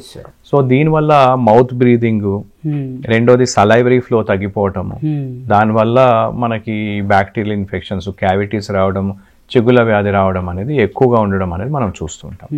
సో ఫర్ హెల్త్ పరంగా కూడా అండ్ ఆల్సో ఫార్ మనకి ఈ అంటే that is the side effect. మా సైడ్ నుండి ఏంటంటే దట్ ఈస్ సెకండరీ. వాళ్ళకి ఫంక్షనల్ బయట ఇవ్వడంతో మనం ఫంక్షనల్ అలైన్మెంట్ తీసుకురావడంతో శుభ్రపరత మన ఓరల్ హైజీన్ మెయింటైన్ చేయడం ఈజీగా ఉంటుంది. సో వాళ్ళకి మంచిగా ఉంటుంది. రెండోది ఆకర్షణీయంగా కూడా ఉంటుంది. మనకి ఏంటంటే ఈ స్మైల్ డిజైనింగ్ కూడా అందులో మనకు భాగంగా మనం యూస్ చేస్తాం. అంటే అసలు ఈ ఎత్తు పనులు కావచ్చు, ఈ సందు పనులు కావచ్చు, పన్ను మీద పన్ను కావచ్చు, ఇవన్నీ రావడానికి అసలు కారణం ఏంటి సార్? ఓన్లీ జెనెటిక్సేనా లేదంటే వేరే ఏమన్నా కారణాలు కూడా ఉన్నాయా? అవును, అంటే మనకి ఆల్మోస్ట్ 50-60% జెనెటిక్ ఉంటుంది. అంటే ఎత్తు పళ్ళు ఉన్న వాళ్ళలో, స్కెలిటల్ డిఫెక్ట్స్ ఉన్న వాళ్ళలో మనకి టీత్ రావడం అనేది మనం చూస్తూ ఉంటాం. కొన్ని కేసెస్లో ఏంటంటే జెనెటిక్లో ఇప్పుడు వాళ్ళకి తల్లి జా స్ట్రక్చర్ వచ్చి ఉంటుంది. అంటే వాళ్ళ మదర్ నుండి వాళ్ళకి ఆ జా స్ట్రక్చరు షేప్ వాళ్ళ మదర్ నుండి వచ్చి ఉంటుంది, కానీ టీత్ సైజ్ వాళ్ళ ఫాదర్ది ఉంటుంది. అలాంటప్పుడు ఆ మిస్ మ్యాచ్ వల్ల ఏంటంటే క్రౌడింగ్ ఉంటుంది. టీత్ పెద్దగా రావడం అండ్ సైజ్ అక్కడ చోటు లేకపోవడం వల్ల క్రౌడింగ్ ఎక్కువగా ఉంటుంది. అలాగే రివర్స్ అయింది అనుకోండి, అలాంటప్పుడు పళ్ళ మధ్య సందులు ఉంటాయి, గ్యాప్స్ ఉంటాయి. అవి ఒక్కటే కాకుండా అవి జెనెటిక్ ఫ్యాక్టర్స్ అన్నమాట. రెండోది కొన్ని అలవాట్లు. సో చిన్న పిల్లల్లో మనం చూసినట్టయితే స్పెషల్గా పెరిగే పిల్లల్లో తల్లిదండ్రులు తెలుసో తెలియకో కూడా ఏంటంటే పిల్లలు గోల చేయకుండా, వాళ్ళు ఏడవకుండా ఏంటంటే వాళ్ళకి నోట్లో ఫింగర్, థమ్స్ అందిస్తూ ఉంటారు. సో దీంతో ఏంటంటే సరే వాళ్ళకు కూడా వాళ్ళు పని చేసుకోవడానికి వాళ్ళకి ఈజీగా ఉంటుంది, వీళ్ళు ఏడవడం అనేది మానేస్తారని వాళ్ళు అందిస్తూ ఉంటారు. దీనివల్ల ఏంటంటే ఇలా కంటిన్యూ అయినట్టయితే బియాండ్ 3 years కూడా thumb sucking, finger sucking continue అయినట్టయితే ఎత్తు పళ్ళు రావటం, పళ్ళ మధ్య సందులు రావటం, పై పళ్ళు కింది పళ్ళ మధ్యలో ఏంటంటే మేము చూస్తూ ఉంటాము 6 years 7 years పిల్లల్లో ఇలా హ్యాబిట్ అలాగే ఉంటుంది. పై పళ్ళు కింది పళ్ళ మధ్యలో ఇలా థంబ్ కానీ ఫింగర్స్ పెట్టుకునేంత గ్యాప్ ఉండిపోతుంది ఎత్తుగా ఉండేసి. సో పర్మనెంట్ శాశ్వత దంతాలు కూడా ఎత్తుగా వస్తాయి. సో ఇలా మనకి ఎత్తు పళ్ళు, సందుల పళ్ళు వచ్చే అవకాశం ఉంటుంది.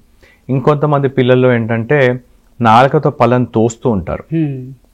పడుకున్నప్పుడు ఇలా టంగ్ సక్కింగ్ కానీ టంగ్ థ్రస్టింగ్ అని చేస్తూ ఉంటారు.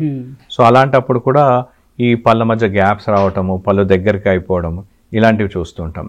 ఇంకొన్ని కేసెస్లో ఏంటంటే ఈ మౌత్ బ్రీదింగ్, అంటే ఒకటి నేజల్ బ్లాకేజ్, ఈఎన్టీ ప్రాబ్లమ్స్ ఉండడం వల్ల కావచ్చు. రెండోది అలవాటు వల్ల కూడా కొంతమంది ఏంటంటే ఈ నోటితో గాలి పీలుస్తూ ఉంటారు. అలాంటప్పుడు కూడా పళ్ళ మధ్య సందులు, పళ్ళు ఇలా ఓపెన్ గా రావటం, ఓపెన్ బయట రావటం ఇలాంటివన్నీ చూస్తూ ఉంటాం. సో ఇవి కొన్ని అలవాట్ల వల్ల కూడా కొన్ని రావచ్చు. సో ఏ విధంగా వచ్చినా కానీ కూడా మనకి టైంలో మనము డెంటిస్ట్ని సంప్రదిస్తే, అంటే చాలామంది ఇంకోటి ఏంటంటే ఇది 13-14 సంవత్సరాల తర్వాతనే ఈ ట్రీట్మెంట్ స్టార్ట్ చేస్తారు అని అనుకుంటారు. కానీ మాకు ముందే కానీ మనకు తెలిసినట్టయితే, ఒకవేళ ఈ హ్యాబిట్స్ ఉన్నాయి అని మా దగ్గరకు ముందే వచ్చినట్టయితే, ఒకటి ఆ టీత్ కరెక్షన్ చేయడం అండ్ హ్యాబిట్ మానిపేయడానికి కూడా మేము హ్యాబిట్ బ్రేకింగ్ అప్లయన్స్ ఇచ్చేసి ట్రీట్మెంట్ చేయడానికి వీలు ఉంటుంది. సో ప్రివెంటివ్ అంటే మనం కాకుండా కూడా మనం కాపాడుకోవచ్చు మనం. రెండోది ఇంటర్సెప్టివ్ ఆర్థోడాంటిక్స్, అంటే ఇన్ బిట్వీన్ కూడా మనం ఇంటర్వీన్ కావచ్చు. ఆల్రెడీ అలవాటు ఉంది, కొద్దిగా మట్టుకు డ్యామేజ్ అయింది, దాన్ని కూడా మనం మధ్యలో ఈవెన్ 6 to 12 years మధ్యలో కూడా ఆ హ్యాబిట్ బ్రేక్ చేయొచ్చు. అని ఉన్నదాన్ని జస్ట్ రిమూవబుల్ అప్లయన్సెస్ తో కూడా మనం చేసేసి కరెక్ట్ చేయడానికి వీలు ఉంటుంది. ఇప్పుడు ఈ ట్రీట్మెంట్ తీసుకోవడం వల్ల మన ఫేషియల్ స్ట్రక్చర్ ఆర్ షేప్ పైన కూడా ఏమన్నా ఇంపాక్ట్ కనిపిస్తుందా? అంటే మనకి బాగా ఎత్తుగా ఉన్న పళ్ళలో వాళ్ళలో ఉన్నట్టయితే మనము ఈ టీత్ లోపల తీసుకున్నప్పుడు ఆ స్కెలిటల్ బోన్ కూడా స్లైట్ గా లోపల పోతుంది. అలాంటప్పుడు slight, but it is only in the lower 1/3 of the face and మనకి ఎంతవరకు. బట్ నార్మల్గా జస్ట్ ఎగుడు దిగుడు పళ్ళు సందులు ఉన్నప్పుడు ఫేస్ స్ట్రక్చర్ పైన ఎలాంటి మార్పులు ఉండవు. జస్ట్ టీత్ క్లోజర్ అనేది, టీత్ కరెక్షన్ అనేది మాత్రమే జరుగుతుంది. అదే దీనివల్ల వాయిస్ పైన కూడా ఏమైనా ఇంపాక్ట్ ఉంటుందా సార్? లైక్ మాట్లాడేటప్పుడు కొంతమందికి నత్తి మాటలు వస్తాయి కదా, ఇది కూడా దానికి మన కారణమా? ఇట్లా అలైన్మెంట్ అనేది కూడా, స్పీచ్ అలైన్మెంట్ కూడా మనకు కారణం. నత్తి కోసం కాదు, నత్తి డిఫరెంట్, బట్ కొన్ని specific vowels, words and vowels and specific consonants మాట్లాడేటప్పుడు స్పెషల్ గా ఎస్, ఎఫ్ ఇలాంటివి, బి, వి ఇలాంటి వాటిలలో వాళ్ళకి డిఫరెన్స్ తెలియదు అనమాట వాళ్ళు మాట్లాడినప్పుడు. So that is because of the alignment of the front teeth. ఈ ఫ్రంట్ టీత్ దాన్ని డిఫైన్ చేస్తాయి.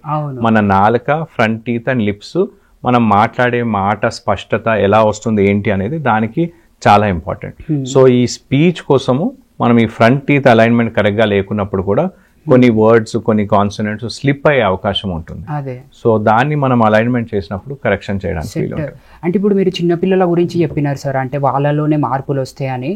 కానీ ఇది పెద్దవాళ్ళలో కూడా వస్తాయి మార్పులు, అంటే ఒక సర్టెన్ ఏజ్ గ్రూప్ దాటిన తర్వాత కూడా వాళ్ళ టీత్ ది మూమెంట్ అనేది ఉంటుందా? ఎస్, మనకి ఇప్పుడు కరెంట్లీ మనకున్న టెక్నాలజీతో ఏంటంటే మనము teeth movement without any age limit మనం చేయగలుగుతాం. అంటే 40, 50, 60 ఇయర్స్ వాళ్ళకు కూడా మనము ఈ టీత్ అలైన్మెంట్ బ్రేసెస్ లాంటివి అలైనర్స్ పెట్టేసి ట్రీట్మెంట్ చేస్తాం. So as long as the teeth are healthy, teeth and gums are healthy, bone is healthy, at any age we can do alignment treatment. అంటే ట్రీట్మెంట్ అనే కాకుండా జనరల్గా కూడా ఇప్పుడు ఒక ఏజ్ తర్వాత వాళ్ళకి ముందుకు రావడం కానీ లేదంటే ఆ అలైన్మెంట్ చేంజ్ కావడం కానీ అలాంటి ప్రాబ్లమ్స్ వస్తుంటాయి ఎవరిలో అయినా? ఎస్, అంటే అలైన్మెంట్ ప్రాబ్లమ్స్ ఎవరికి వస్తాయంటే చిగుర్లు వీక్ గా ఉన్నట్టయితే పాథలాజిక్ మూమెంట్ అంటాం. న్యాచురల్ ఫిజియలాజిక్ మూమెంట్ అంటే న్యాచురల్ గా మన బాడీ మూమెంట్ ఏంటంటే మనం 13-15 ఇయర్స్ వరకు మన పర్మనెంట్ టీత్ అన్ని వచ్చేంత వరకు మనకు మూవ్ అయ్యేసి టీత్ అన్ని దగ్గరకు వచ్చేసి క్లోజ్ అయిపోయి ఉంటాయి. కానీ దాని తర్వాత కూడా మూమెంట్ వస్తుంది అంటే పాథలాజిక్ మూమెంట్, అంటే చిగురులు వీక్ అయిపోయి దానివల్ల పళ్ళు కదిలి అలాంటప్పుడు పళ్ళ మధ్య గ్యాప్స్ రావటము, పళ్ళు ఊడిపోవడము, ఇలాంటివన్నీ మనము అది తర్వాత స్టేజ్లో చూసేది. ఆ గ్యాప్స్ రావడము, టీత్ మూమెంట్ అనేది ఈజ్ బికాస్ ఆఫ్ దట్. రెండోది ఏంటంటే కొన్ని కేసెస్లో పళ్ళు అరిగిపోయినా అని కూడా, లేదంటే మధ్యలో ఏదైనా పన్ను ఊడిపోయింది అనుకోండి, అలాంటప్పుడు పక్క పళ్ళు దగ్గరకు వచ్చేసి ఆ టీత్ మూమెంట్ అనేది చూస్తూ ఉంటాం. సో కొన్నిసార్లు ఏంటంటే మా దగ్గర పన్ను ఊడిపోయింది అని చెప్తారు, కానీ ఏంటంటే టీత్ మూమెంట్ ఎంత అయిపోతుందంటే మళ్ళీ మనకు రీప్లేస్ చేయడానికి స్పేస్ ఉండదు, అంతవరకు టీత్ మూమెంట్ అవుతుంది. సో ఇవన్నీ కూడా మనకి ఒకవేళ ఈదర్ గమ్ డిజీజ్ లేదంటే పన్ను ఊడిపోవడం వల్ల మనకి డ్యామేజెస్ కావచ్చు. సార్ మీ గురించి రీసెర్చ్ చేస్తున్నప్పుడు మీరు స్మైల్ డిజైనింగ్లో స్పెషలిస్ట్ అని తెలిసింది. లైక్ మీరు చాలామంది సెలబ్రిటీస్, పొలిటీషియన్స్, యాక్టర్స్, బిజినెస్ పీపుల్కి చాలామందికి స్మైల్ డిజైనింగ్ చేశారని తెలిసింది. సో ఈ స్మైల్ డిజైనింగ్ అంటే ఏంటి సార్ అసలు?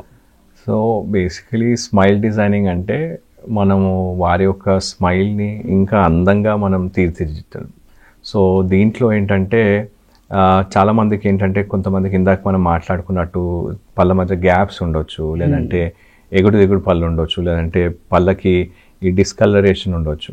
సో వీటిని ఏంటంటే తక్కువ సమయంలో మనం కాస్మెటిక్ డెంటిస్ట్రీ వాడుతూ మనం ఇదర్ అలైనర్స్ కానీ మనం కాస్మెటిక్ డెంటిస్ట్రీ వాడుతూ వారి యొక్క ఫేస్కి మనం మ్యాచ్ అయ్యేలాగా వాళ్ళ స్మైల్ని మనం డిజైన్ చేస్తాం.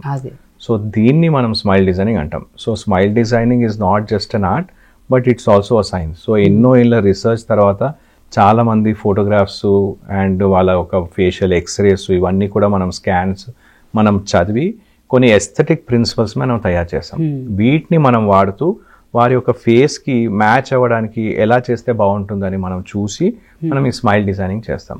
సో ఈ స్మైల్ డిజైనింగ్లో మనకు టీత్లో గ్యాప్సే కానీ ఈ డిస్కలరేషన్, ఎగుడు దిగుడు పళ్ళు ఇవి ఒకటే కాకుండా మనం చిగుళ్ళు కూడా కొంతమంది ఏంటంటే స్మైల్ చేసినప్పుడు చిగుళ్ళు ఎక్కువగా కనిపించడం, లేదంటే చిగుళ్ళు నల్లగా కనిపించడం, ఇలాంటి ప్రాబ్లమ్స్ కూడా రావచ్చు. అలాంటప్పుడు ఆ చిగుళ్ళని కూడా మనము లేజర్తో మనము డీపిగ్మెంటేషన్ అంటే నల్లగా ఉన్న చిగుళ్ళని మళ్ళీ మనం గులాబీ రంగు తీసుకురావటము, అలాగే ఎక్కువగా చిగులు కనిపిస్తున్నాయి, పళ్ళ కన్నా చిగులు ఎక్కువగా కనిపిస్తున్నాయి, గమీ స్మైల్ అని అంటాం, వాటిని కరెక్ట్ చేయటము, ఇవన్నీ కూడా మనకు స్మైల్ డిజైనింగ్లో ఒక భాగం. ఇంకా అడ్వాన్స్ స్మైల్ డిజైనింగ్లో ఏంటంటే కొన్ని కేసెస్లో ఎత్తుగా ఉంటాయి పళ్ళు, ఫేషియల్. సో అలాంటప్పుడు కాస్మెటిక్ సర్జరీస్ చేయటం, జా సర్జరీస్ చేసి కాస్మెటిక్ సర్జరీస్ చేసి ఫేస్కి మ్యాచ్ అయ్యేలాగా వాళ్ళ స్మైల్ని సరిదిద్దటం, ఇవన్నీ కూడా స్మైల్ డిజైనింగ్లో ఒక పార్ట్ లాగా వస్తాయి అన్నమాట. ఇప్పుడు మీరు ఫేషియల్ సర్జరీ అన్నప్పుడు నాకు గుర్తొచ్చింది, ఈ మధ్య సోషల్ మీడియాలో, యూట్యూబ్లో చాలా ఫేమస్ అవుతుంది. చాలామంది సెలబ్రిటీస్ ఫేషియల్ సర్జరీస్ చేయించుకుంటారు అని చెప్పేసి, అసలు అది ఎందుకు చేయించుకుంటారు, ఆ ప్రాసెస్ ఏంటి, దాని గురించి చెప్పండి సార్. అసలు సో అంటే ఫేషియల్ సర్జరీస్లో చాలా ఉంటాయి. మేము యాజ్ డెంటిస్ట్, కాస్మెటిక్ డెంటిస్ట్గా మాది ఏంటంటే limited only to the teeth and jaws అనమాట. సో కొన్ని కేసెస్లో ఏంటంటే టీత్, జా కింది దవడ బయటకు ఉంటుంది. సో మనం టీత్ కరెక్ట్ చేసినా కూడా ఈ జా బోన్ని మనం లోపల తీసుకుపోలేం విత్ నార్మల్ అలైనర్స్ కానీ బ్రేసెస్ కానీ. అలాంటప్పుడు మనము జా సర్జరీ చేసేసి టీత్ ఆ జాని కూడా లోపల కరెక్ట్ చేస్తాం. అలాంటప్పుడు ఫేస్ ప్రొఫైల్ అవన్నీ కూడా మారిపోతాయి అన్నమాట, అందంగా ఉండేలాగా. సో కొంతమందికి ఏంటంటే పై దవడ, పై జా కానీ ఎత్తుగా ఉండడము, లేదంటే చాలా లోపలగా ఉండడం, చిన్నగా ఉండడము. సో ఇలాంటి డిఫార్మిటీ, స్కెలిటల్ డిఫార్మిటీస్ ఏమున్నా అని కూడా దాన్ని మనము ఈ కాస్మెటిక్ సర్జరీతోని కానీ ఈ ఆర్థోగ్నాటిక్ సర్జరీతోని ట్రీట్మెంట్ చేయడానికి వీలుంటుంది. సో దీన్ని ఫేషియల్ సర్జరీస్ అంటాం. సో మనం యాజ్ అ కాస్మెటిక్ డెంటిస్ట్ నాదేంటంటే my role is limited to the teeth, gums, maybe sometimes with the influence of a plastic surgeon. మనం ఏంటంటే లిప్స్ ని కూడా మనం కరెక్ట్ చేస్తాం కొంతవరకు. సో ఇవన్నిటిని కూడా మనం కలిసేసి యాజ్ అ టీమ్ గా వర్క్ చేసి మనం oral and maxillofacial surgeon, cosmetic surgeon వీళ్ళందరం కలిసేసి ఇవి చేస్తాం. మా దాంట్లో స్మైల్ డిజైనింగ్ లో మెయిన్లీ టీత్ ఉంటాయి కాబట్టి మేము ఇప్పుడున్న లేటెస్ట్ టెక్నాలజీ వాడుతూ క్యాడ్ క్యామ్ వాడుతూ వారి యొక్క స్మైల్ ని ముందే మనం డిజైన్ చేస్తాం. అంటే సిస్టంలో వాళ్ళ ఫోటోగ్రాఫ్స్ స్కాన్స్ ని ఓవర్లాప్ చేస్తూ ఎక్స్రేస్ ని ఓవర్లాప్ చేస్తూ వాళ్ళు ఇప్పుడు ఇలా ఉన్నారు, ఫైనల్ గా మనకి ఎలా ఉంటే బాగుంటుంది అనేది మనం డిజైన్ చేస్తాం వర్చువల్ గా సిస్టంలో కంప్యూటర్లో. అది ఒకసారి డిజైన్ చేసిన తర్వాత వాళ్ళకి పేషెంట్ కి నచ్చిన తర్వాత మనం ఎగ్జాక్ట్లీ వాళ్ళకి ఎలా చేస్తామో దాన్ని మనం రెప్లికేట్ చేయడం క్యామ్ టెక్నాలజీ అంటే కంప్యూటర్ ఎయిడెడ్ మిల్లింగ్. మనం డిజైన్ ఎలా చేస్తామో 3D ప్రింట్ లో కూడా అలా వినియర్స్ చేయడము అలా చేసేసి మనం ఫైనల్ గా వాళ్ళకి ఎగ్జాక్ట్ ప్రోడక్ట్ డెలివర్ చేస్తాం. సో ఇదే మనకి స్మైల్ డిజైనింగ్. యాజ్ ఎ డెంటిస్ట్గా మీ దగ్గరికి పేషెంట్స్ ఎక్కువ శాతం కాస్మెటిక్ పర్పస్లో వస్తారా లేదంటే హెల్త్ పర్పస్ హెల్త్ రిలేటెడ్ ఇష్యూస్తో వస్తారా? సో ఒక 10 years బ్యాక్ మీరు చూసినట్టయితే మన దగ్గర 90% ఆఫ్ ద పేషెంట్స్ అందరూ కూడా ఓన్లీ మాకు ఈ హెల్త్ పరంగా అంటే ఈ నొప్పి ఉంది లేదంటే చిగులో ఉంది ఇది అని దానివల్ల మా దగ్గరకు వచ్చేవాళ్ళు. లాస్ట్ 10 years మీరు చూసినట్టయితే చాలా మంది ఆల్మోస్ట్ 50% పేషెంట్స్ మా దగ్గరకు వచ్చే వాళ్ళు ఏంటంటే టీత్ అలైన్మెంట్ కోసము, కాస్మెటిక్ కోసము, ఇవన్నిటి కోసం మా దగ్గరకు వస్తున్నారు. సో రెండు ఈక్వల్ గా మన దగ్గరకు వస్తున్నారు. So it is both cosmetic and also health పరంగా కూడా వస్తుంటారు. ఇప్పుడు కూల్ డ్రింక్స్ లైక్ కోకాకోలా లేదంటే సోడా ఉన్న కూల్ డ్రింక్స్ తీసుకోవడం వల్ల రెగ్యులర్గా తాగడం వల్ల మన టీత్ కరిగిపోతుంది అని చాలామంది అంటుంటారు. అది నిజమేనా? అంటే కరుగుతుందా నిజంగానే? సో బేసికలీ ఇప్పుడు మనము ఈ కూల్ డ్రింక్స్ అంటే ఎనీథింగ్ విత్ సోడా, గ్యాస్ ఉన్నాయి, సోడా ఉన్నాయి, కూల్ డ్రింక్స్ ఈ కోక్సే కానీ ఎలాంటివి ఉన్నా అని కూడా సోడా ఉన్నది అంటే అది యాసిడిక్ pH లో ఉందన్నమాట.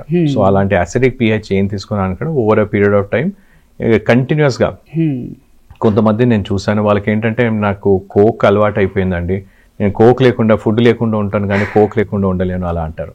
సో ఇలాంటి కోలాస్ ఇలాంటివి తీసుకోవడం వల్ల బిర్యానీ తినేటప్పుడు కూడా అది కోక్ లేకపోతే అది ఇన్కంప్లీట్ అయిపోయింది అనిపిస్తుంది బిర్యానీ తినే వాళ్ళకి. సో అదేంటంటే అది అలవాటు అయిపోయింది అనమాట. ఈ కోలాస్ ఏంటంటే బాగా యాసిడిక్ ఉండడం వల్ల టీత్ పైన ఎనామిల్ అంతా అయిపోతుంది, అరిగిపోతుంది అనమాట. మీరు ఎప్పుడన్నా నెక్స్ట్ టైం ఎవరే కానీ వాళ్ళు పేషెంట్స్ కానీ ఎవరే కానీ ఒకసారి కోలాస్ కానీ ఏమైనా తీసుకున్న తర్వాత ఒకసారి నాలుక పైన ఒకసారి రబ్ చేయండి, నాలుకతో టీత్ పైన రబ్ చేయండి, రఫ్ గా అనిపిస్తుంది. సో రఫ్ గా అనిపిస్తుంది అంటే ఆ టీత్ పైన ఉన్న పోర్స్ అన్ని అరిగిపోయినట్టు అనమాట. సో దీనివల్ల క్రమంగా కాన్స్టెంట్ గా అంటే ఏదో ఒకసారి తీసుకుంటే పర్వాలేదు, అది మళ్ళీ రీమినరలైజ్ అయిపోతుంది మన నోట్లో ఉన్న సాల్ట్స్ వల్ల. కానీ అలా కంటిన్యూస్ గా తీసుకునే వాళ్ళు ఉన్నట్టయితే టీత్ సెన్సిటివిటీ బాగా ఉంటుంది, ఎందుకంటే ఎనామిల్ బాగా అరిగిపోయి టీత్ సెన్సిటివిటీ అనేది వచ్చేస్తుంది. అదే ఇప్పుడు కూల్ డ్రింక్స్ గురించి మనం మాట్లాడుకున్నాం, అంటే సోడా ఉన్న డ్రింక్స్ తాగడం వల్ల కరిగిపోతాయి అని. ఇంకా ఇలాంటి ఫుడ్స్ ఏమైనా ఉన్నాయి అవాయిడ్ చేయాల్సిన foods? Anything which are acidic అంటే స్వీట్స్. ఇప్పుడు ఈ కోలాస్ ఇవన్నిట్లో కూడా ఒక బాటిల్లో మనము కోలా తీసుకున్నట్టయితే అందులో almost 15 to 20 teaspoons of sugar ఉంటుంది.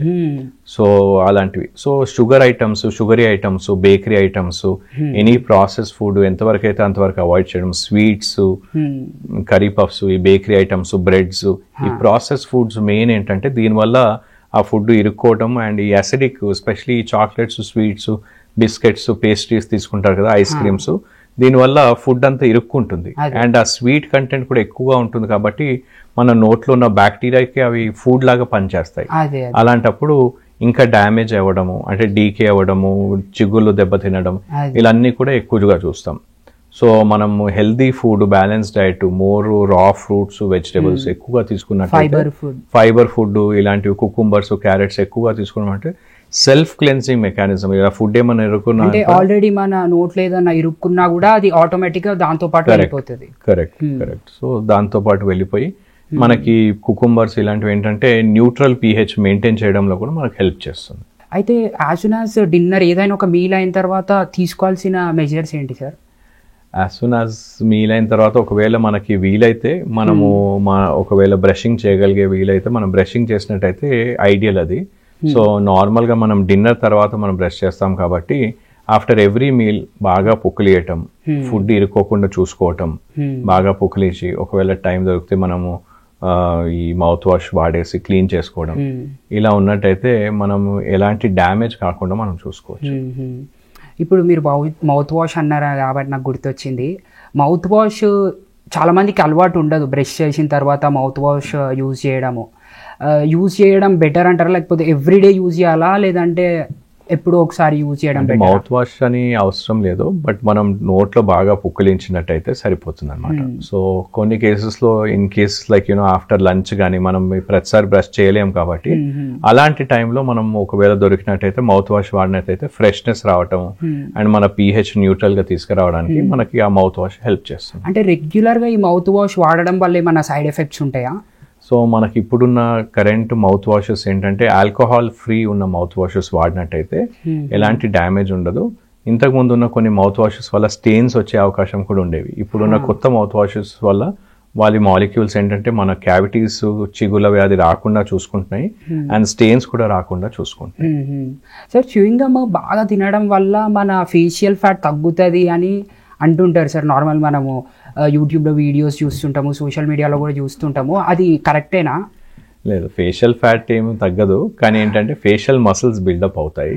సో దానివల్ల for someone who's looking for a very masculine look లేదంటే చిసిల్డ్ లుక్ కావాలనుకున్న వాళ్ళకి ఆ మసిల్స్ బిల్డప్ అవుతాయి. ఎస్పెషలీ మనకు చూయింగ్ చేసినప్పుడు ఈ మసిల్స్ ఆఫ్ మాస్టికేషన్ అంటే మనం చూయింగ్ చేసే మసిల్స్ బిల్డప్ అవుతాయి. సో దానివల్ల వాళ్ళకి కొద్దిగా చిజిల్డ్ లుక్ రావడానికి హెల్ప్ చేస్తుంది, కానీ ఫేషియల్ ఫ్యాట్ తగ్గించడానికి డైరెక్ట్ గా ఏం పని. అయితే చ్యూయింగ్ గమ్ కన్స్యూమ్ చేయడం మంచిదే అంటారు అయితే? Non sugar free chewing gums అంటే షుగర్ ఫ్రీ చూయింగ్ గమ్స్ మీరు కన్స్యూమ్ చేసినట్టయితే ప్రాబ్లం లేదు. షుగర్ ఉన్న చూయింగ్ గమ్స్ చేస్తే మళ్ళీ అందులో మళ్ళీ మనకి ఆ షుగర్స్ ఉంటాయి కాబట్టి మనకి టీత్ డ్యామేజ్ అయ్యే ఛాన్స్ ఉంటుంది. అంటే అది అట్లనే చాలాసేపు ఆ షుగర్ కంటెంట్ ఉన్నదాన్ని మనం నోట్లో పెట్టుకోవడం వల్ల క్యావిటీస్ వచ్చే అవకాశం ఉంది అంటారు. సార్ ఇప్పుడు మనము హైదరాబాద్లో చూసుకున్నట్టయితే గల్లీకి ఒక 2-3 డెంటిస్ట్లు అయిపోతున్నారు సార్. ఇంకా ఫేమస్ ఏరియాస్లో చూసుకున్నట్టయితే మనం చెప్పాల్సిన అవసరమే లేదు ఎంతమంది ఉంటున్నారని. సో కామన్ మ్యాన్కి ఏమైపోతుందంటే ఇంతమంది డెంటిస్ట్లు ఉన్నప్పుడు కరెక్ట్ డెంటిస్ట్ అంటే జెన్యూన్ డెంటిస్ట్ ఎవరు, ఈయన దగ్గరికి వెళ్తే నా ప్రాబ్లమ్కి కరెక్ట్ సొల్యూషన్ దొరుకుతుందా అని ఎట్లా చూస్ చేసుకోవాలంటారు? ఎందుకంటే ఒకటి చెప్తారు, ఇంకొకటి చెప్తారు, ఒకరు ఒక ప్రైస్ చెప్తారు, ఇంకొకరు ఇంకో ప్రైస్ చెప్తారు. దీనివల్ల చాలా కన్ఫ్యూజన్ అనేది క్రియేట్ అవుతుంది. సో మీ ద్వారా మన ఆడియన్స్కి ఏమి మెసేజ్ ఇస్తారు దాని గురించి? ఒకటి, dentist choice is a personal matter. రెండోది ఏంటంటే how to choose a dentist లో ఇందులో ఏంటంటే మనకి డిఫరెంట్ ప్రాబ్లమ్స్ ఉన్నాయి. ఒకటి మనం గుర్తుంచుకోవాల్సింది ఏంటంటే డెంటిస్ట్రీలో కూడా డిఫరెంట్ సబ్జెక్ట్స్ ఉన్నాయి, అంటే బ్రాంచెస్ ఉన్నాయి. ఫర్ గమ్స్ కి different dentist, root canal specialist different గా ఉన్నారు, కాస్మెటిక్ డెంటిస్ట్ డిఫరెంట్ గా ఉన్నారు, ఇంప్లాంట్ స్పెషలిస్ట్ డిఫరెంట్ గా ఉన్నారు, ఆర్థోడాంటిస్ట్ క్లిప్స్ కి బ్రేసెస్ కి డిఫరెంట్ గా ఉన్నారు.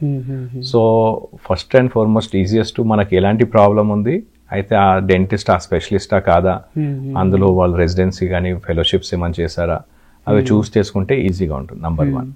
రెండోది డెఫినెట్గా ఎక్స్పీరియన్స్, వాళ్ళకి ఎన్ని ఇయర్స్ ఆఫ్ ఎక్స్పీరియన్స్ ఉంది అని చూసుకున్నట్టయితే కొద్దిగా మనం రీసెర్చ్ చేసినట్టయితే తెలుస్తుంది.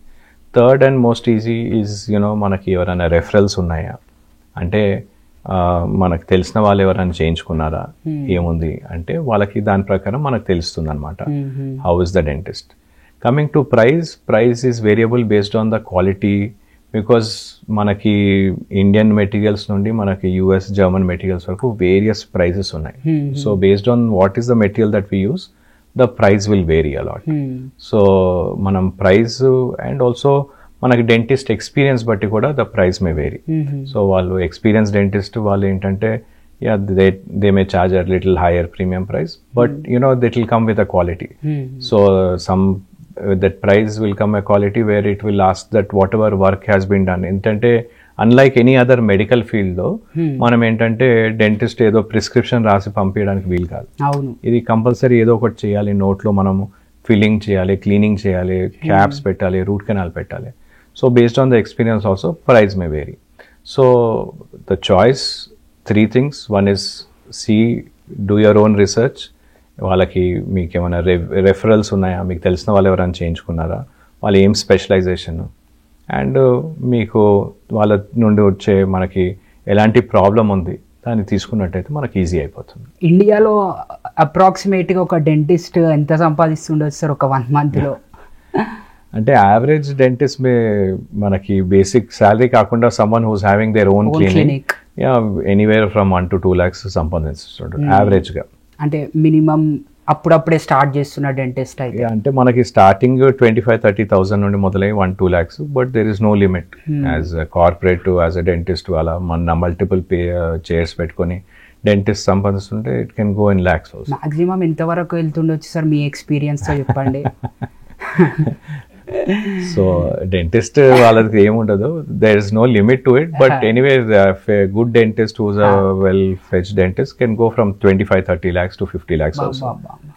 So there is no limit అని చెప్తారు, బట్ మాక్సిమం చూసుకున్నట్టయితే 22. ఇప్పుడు అంటే మనం ఇప్పుడు హైదరాబాద్లో కంపేర్ చేసినట్టయితే, బాంబేలో, ఢిల్లీలో కంపేర్ చేసినట్టయితే ఇట్ విల్ బి డిఫరెంట్ ఇండియాలో.